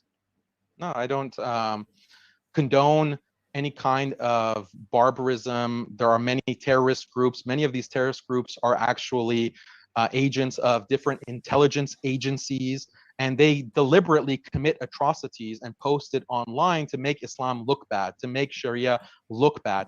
These are just, counterintelligence operations, the same kind of operations that have been used for many groups by modern intelligence agencies from the West and from Israel. So I condemn these kinds of terroristic actions, and I don't endorse them at all. I've never endorsed them. Yeah, poor Islam. They don't let us have sex slaves. Sorry. We must go to this next one. I'll give you a chance to respond if you want, Daniel, because I want you to have the last word since it was addressed to you. If you want to give a last word. To what he just said? Yeah. He's just saying words. What is there to respond to? You don't have to. That's all right. This one coming in from Apostate Prophet says, the Quran describes disbelievers, including Jews and Christians, as quote unquote worst of creatures and quote unquote less than cattle. Does Daniel agree this fits with the Sharia law? Well, Islam is universalist, as I mentioned, and it says that belief in God and accepting of God's messengers is an important part of being a good and moral person. And rejecting God and rejecting his signs, rejecting his message to humanity, the creator's message to humanity, this is a very immoral thing to do. In fact, it's one of the most immoral things to do. Associating partners with God, creating idols to worship in place of God. These are some of the worst things, the most immoral things to be done. And so this is the moral vision that Islam offers, and there's a lot to say about that. There's actually a video that I'm going to publish in about a week called The Genius of Islam, episode 3, that's going to talk about the evil of idol worship and associating partners with God. And so I invite everyone to watch that for a more detailed elaboration of this. This one coming in from Azri. Schizophrenia says, Daniel, do you think it is just and righteous to prevent people from speaking against Islam, to conceal testimony what other people have? Is that what Allah stands for? Yeah, so Islam restricts freedom of speech, and this is something that all cultures and societies restrict, freedom of speech. And you can read the book by Stanley Fish. He's a philosopher that says there's no such thing as free speech, and it's a good thing too. And the idea is that to maintain social cohesion and social order, you have to have certain speech norms, and you have to limit speech in order to maintain those kinds of bonds and social cohesion. Otherwise, you're going to have chaos and destruction.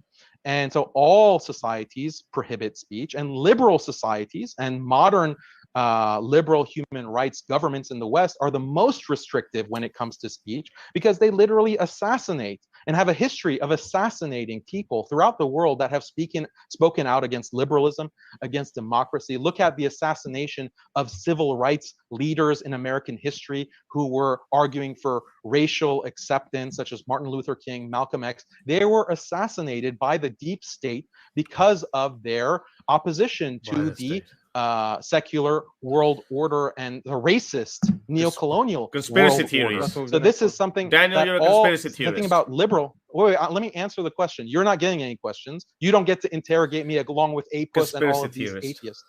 So let me just talk about deep state, let's give him a chance to respond. Historical facts about the assassination of Martin Luther King, Malcolm X, and look at the colonial period where you have Britain, you have France, you have the Netherlands, who are controlling colonies, and they are stamping out with brutal authority any opposition to colonial rule. They have to do this. They have to do this. Otherwise, liberalism won't be accepted by. So this is the free speech of liberalism and human rights. This next one, Leptoceratops says, Daniel, if a husband forces sex upon his wife against her will, is that wrong under Sharia? So Islam comes with certain marital rights. Husbands have certain rights and duties. For example, the husband has to provide shelter, he has to provide clothing, he has to provide food. It doesn't matter if the husband doesn't want to provide those things, he has to.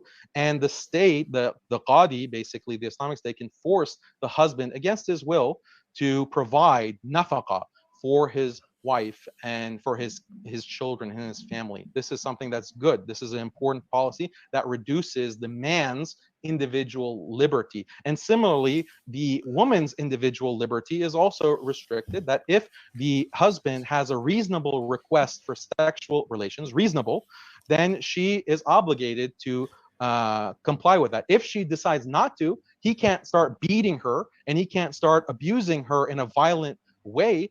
But the Qadi can say that, look, you're not meeting your spousal duties, and therefore you will forfeit your mahar, for example, the bride dowry. You'll forfeit your other privileges as a wife. So there's give and take in marriage. That's why Islam is beautiful, because it creates this dependency between husband and wife. It's not like modern sexless marriages in the West where women say, oh, I can leave my husband to have no sex for months because I don't feel like it. I'm a strong, independent woman. And meanwhile, the husband is working his tail off trying to provide for his family, but there's no obligation on his wife to reciprocate in any kind because she's a strong, independent feminist, and she has to have maximum choice and opportunity. But the poor devil, he has to work and provide for all of that with no compensation or anything in return. Husband gives shelter, so he has a right to beat her up. I hate to do this. We have so many questions. We've got to go to the next one. I do have to remind you folks, like, we read them in the order they come in. I agree. We have almost all of these are for Daniel so far. We're not trying to do that on purpose. We just read them in the order they come in. Apostate Prophet says, Daniel, under Sharia, should homosexuals be executed if your own child openly Watch the debate I had with you. Just say yes. Watch the debate I had. Just say, Daniel. Throw them off the debate. Watch the debate. Look, he's asking. So this apostate prophet, I debated him already, and all of his questions we discussed in his debate. So he's just rehashing it. This is ridiculous. What kind of moderation? Because the world wants to see more of that. It's just a moderate. Well, I mean, I can't purposely just exclude questions to favor a particular debater. Why not? This is your channel. Why not? Because I don't want to favor a particular debater. You're the first person out of 600 debates that we've hosted that's asked for this. Have you ever had a previous debater come into the chat and try to overtake the Q&A? Have you ever had that situation in your 600 debates? He's asking questions. If he wants to ask a lot of questions, I don't think that's unfair. Like, I don't. So don't tell me that it's unprecedented that I have a problem with this. When you it is unprecedented. Well, it's unprecedented to have a previous debater come and hijack the chat. It's not unfair for him to want to ask a lot of questions. You read them in the order that they come in. So I don't understand. When I actually try to respond to you, you try to speak over me. I'm just giving you a response. Am I like? Do you not want people to hear my response because you know it's better than yours? So let's go to the next one. They said, Daniel, if your own child openly engaged in sexual interactions with the same sex, would you want your child to be executed in your ideal Islamic system? If my own child, do I want my own children and family to be subject to the Sharia? Yes. Gotcha. This one coming in from, do appreciate your question. Yavuz, let me know if I pronounce this right. Al-Iriza, thanks for your question or statement, says, Islam is a universal religion of peace, love, tolerance, and justice. If you're reading this, you are invited to read the Quran and decide for yourself with an open mind. Don't just listen to haters. Next one, Silver LTC says, Quran 98:6, quote, those who disbelieve in Allah and his messenger are the worst of all creatures, unquote, aka worse than rats. Any response? That's nothing. That was the previous question. Daniel is awesome for that. Daniel is like, yeah, so what? They're worse than creatures. Screw that question was already asked. You're just repeating the question that was literally just asked. This one coming in from, it's not the verbatim one, but it is true. It's on the same topic. This one from Apostate Prophet says, for Daniel, if he wants to force Islam, execute apostates and enslave disbelievers, would it be okay to do the same to Muslims and Muslim converts? If not, why not? Please answer the question. Would it be? No. Why would I want people to be the people who stand for truth and justice and righteousness to be enslaved? Why? Like, just because you accept that warfare is necessary and slavery is necessary doesn't mean that you yourself are fine with being defeated in war.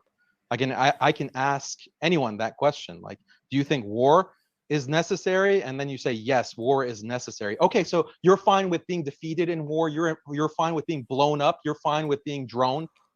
What's the logic of that? It doesn't make sense. Yes, sometimes war is necessary. I explained how sometimes slavery is necessary. Sex slavery is necessary.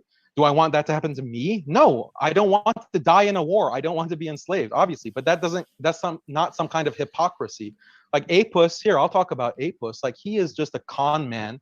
He has to lie, just like Harris, to his Hindutva audience, his Christian loser audience, who they are not able to actually think for themselves. They just follow conspiracy theories. All of these points have been addressed. All of these points have been addressed in our debate that I had with Apus. But he's such a crybaby loser that he has to hijack this debate. All right, and Harris is such a cuck that he allows Apus to hijack his stage and his spotlight. Doesn't that make you feel like a loser, Harris? No. Doesn't that make you feel like really driving that was Big Daddy Apus? Your rhetorical skills are good. I gotta respond. I gotta respond. Because Daddy Apus. it was is always taking your spotlight? Daniel, Are you second fiddle to A+, Daniel, Harris? Answer that question. Because you're not getting any questions from the audience. Someone cares about. Yeah, exactly. Because my position is so sensible. People are like, whatever he says is okay. We have to let. Okay, well, you ask. If you ask come Harris your on, question, we got to give him a chance to Come on, respond. Daniel. Are you his little schoolboy cup? Come on, let me answer that. Okay, I'm wondering. Look, whatever kind of a fantasy you're Okay, in, we have you to go to the imagining, next one. I can go into that. Now, hang on, I'm going to respond to that. Whatever's going through your mind and your manly man brain, that's fine with me. But my strategy was always to let you speak more. You defending slavery, sex slavery. We didn't even touch torture, because you would defend torture as well. Wife beating, you've defended that. I don't have to say anything. Let the world see for itself, because right now your own fellow Muslims, they're actually like this. They're like, oh, geez, he did not say that, but you did say that. So this is why that's perfectly fine. You know why people are not asking me any questions? Because my positions are very sensible. They're very rational. They're like, okay, that's fine. Your case, it's not so much. You're just defending what everyone already has been indoctrinated with. So I actually have the larger task of bringing arguments, like bring 7th evidence, century old academicians, 1400 years old. 1400-year-old ideas are new ideas. You gotta go to the next one. We've got so many questions. I hate to do this. The Super Destroyer says, Apus got go respond to Fareed responds. Okay, and then Scrump Yang says, Daniel, you haven't demonstrated how your stats relate to your arguments. Just throwing stats at someone and thinking you're won isn't how you win. No, they are relevant. The stats were relevant to how family is dying out within the modernized human rights world. That's how it's relevant. How families are dying out, marriages are dying out, communities are dying out. And that is the human rights regime that is causing this kind of destruction. What other explanation is there when you have these highly modernized, highly secular states who are abiding by these human rights in the West, in the US, in Canada, in Europe, in Australia, and their marriages are dying out? They have no fertility because fertility rate is below replacement levels. So these are bad things. Everyone acknowledges objectively that these are very bad things. So what's causing that? What's causing that is this extremism of individual rights, individual liberty above all else. That was the argument, and all of the stats are perfectly relevant to that. This one coming in from, thank you very much for your question. The Super Destroyer says, why is Harris Sultan running away from the debate topic? Well, I don't know what he's talking about. Good question. That's very good. No, that didn't run away at all. I just highlighted some of the points of Sharia, and he barely touched some of them, like wife beating, and then he said something like romance, and then wife beating, husband giving shelter to women, and then therefore he has a right to beat up women. But by his own logic, then okay, if state gives you shelter, then the state have a right to come and beat you up or something. So these are really badly thought out arguments by Daniel Haqiqatjou, which he and his cucks think that it's something very intelligent, and people will be like, yay, where is the shahada? Let me say la ilaha illallah, because no one's going to say that. These are beaten down, embarrassing arguments. And I had to just highlight my position, very, very simple on human rights. Yes, we build it on new evolving situation. We recognize new problem, toward the best, some of the world's best mind put their minds to it, and then they come up with a solution. It's evolving morality. Things, we will have new challenges later on in the century when, if AI comes into existence, when humans don't die. What about the fertility argument then? If humans live for up to 1,000 years, would you still need 2.2? No, you wouldn't. So I have answered all the points. So. Notion Slave says, Harris quotes verses without understanding a single one or how they fit together. Just sad. And Sharia saves basic human relationships in marriages and family life. Harris is selfish and irrational. Jeez. Oh, he's hurt. He's hurt. It's okay. Let him out. Let him say it. And you started your whole debate with calling me a sadist. You are a sadist. All kinds of other You are things. a sadist. You are a sadist. Yeah. See, so don't laugh at other people. No, I'm saying let him say it. I'm saying let him say it. Kettle black. You did that in a formal debate. I'm not complaining. No. It would have been brutal from both sides. To be fair. So I'm not trying to pick out on anybody. But if you want to respond to the actual question, I'll give you a chance. I will respond. I would say no.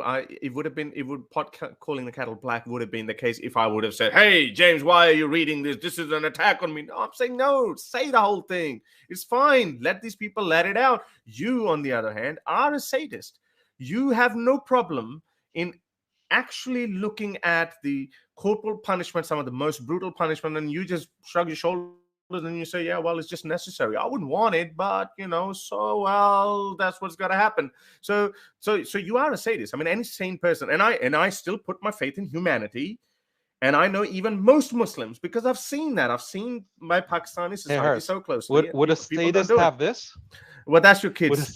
That belongs to your kids. So, okay, you know what? Pikachu. So, don't you want to call me Pikachu? No, I don't want. No, this is Pikachu. A lot of people have called you that. Would a sadist have Pikachu right here? Well, Pikachu endorses me. Well, Pikachu, do you want Sharia? Yes, I want Sharia. You will be thrown off the rooftop. We'll talk to Pikachu later. Yes, is Harris a con man? Yes, he is. Does Daniel believe that executing those who openly leave Islam will make humans happier? Does he think 21st century sociology and psychology agree? Yeah, so every community punishes defectors.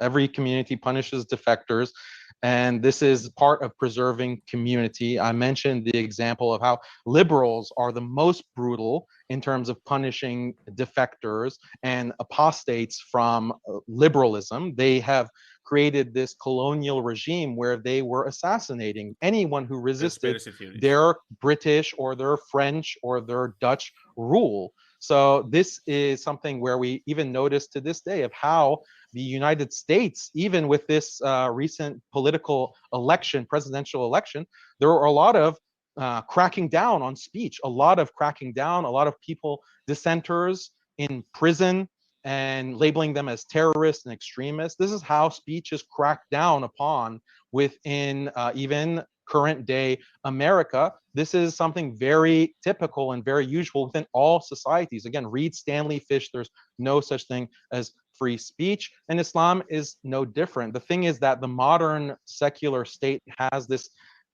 massive control grid. You have literally a social credit system in Europe now, in China, that completely controls people at an individual level. And that's how social cohesion and order is brutally enforced. But in Islam, you have organic social order based on shared belief, on shared values, on family, on community. And that creates social cohesion because people naturally don't want to harm others who are in their community. But if people are apostating and leaving and blaspheming, then that threatens the social cohesion of Muslim society. And that's why there has to be penalties and punishments on defectors.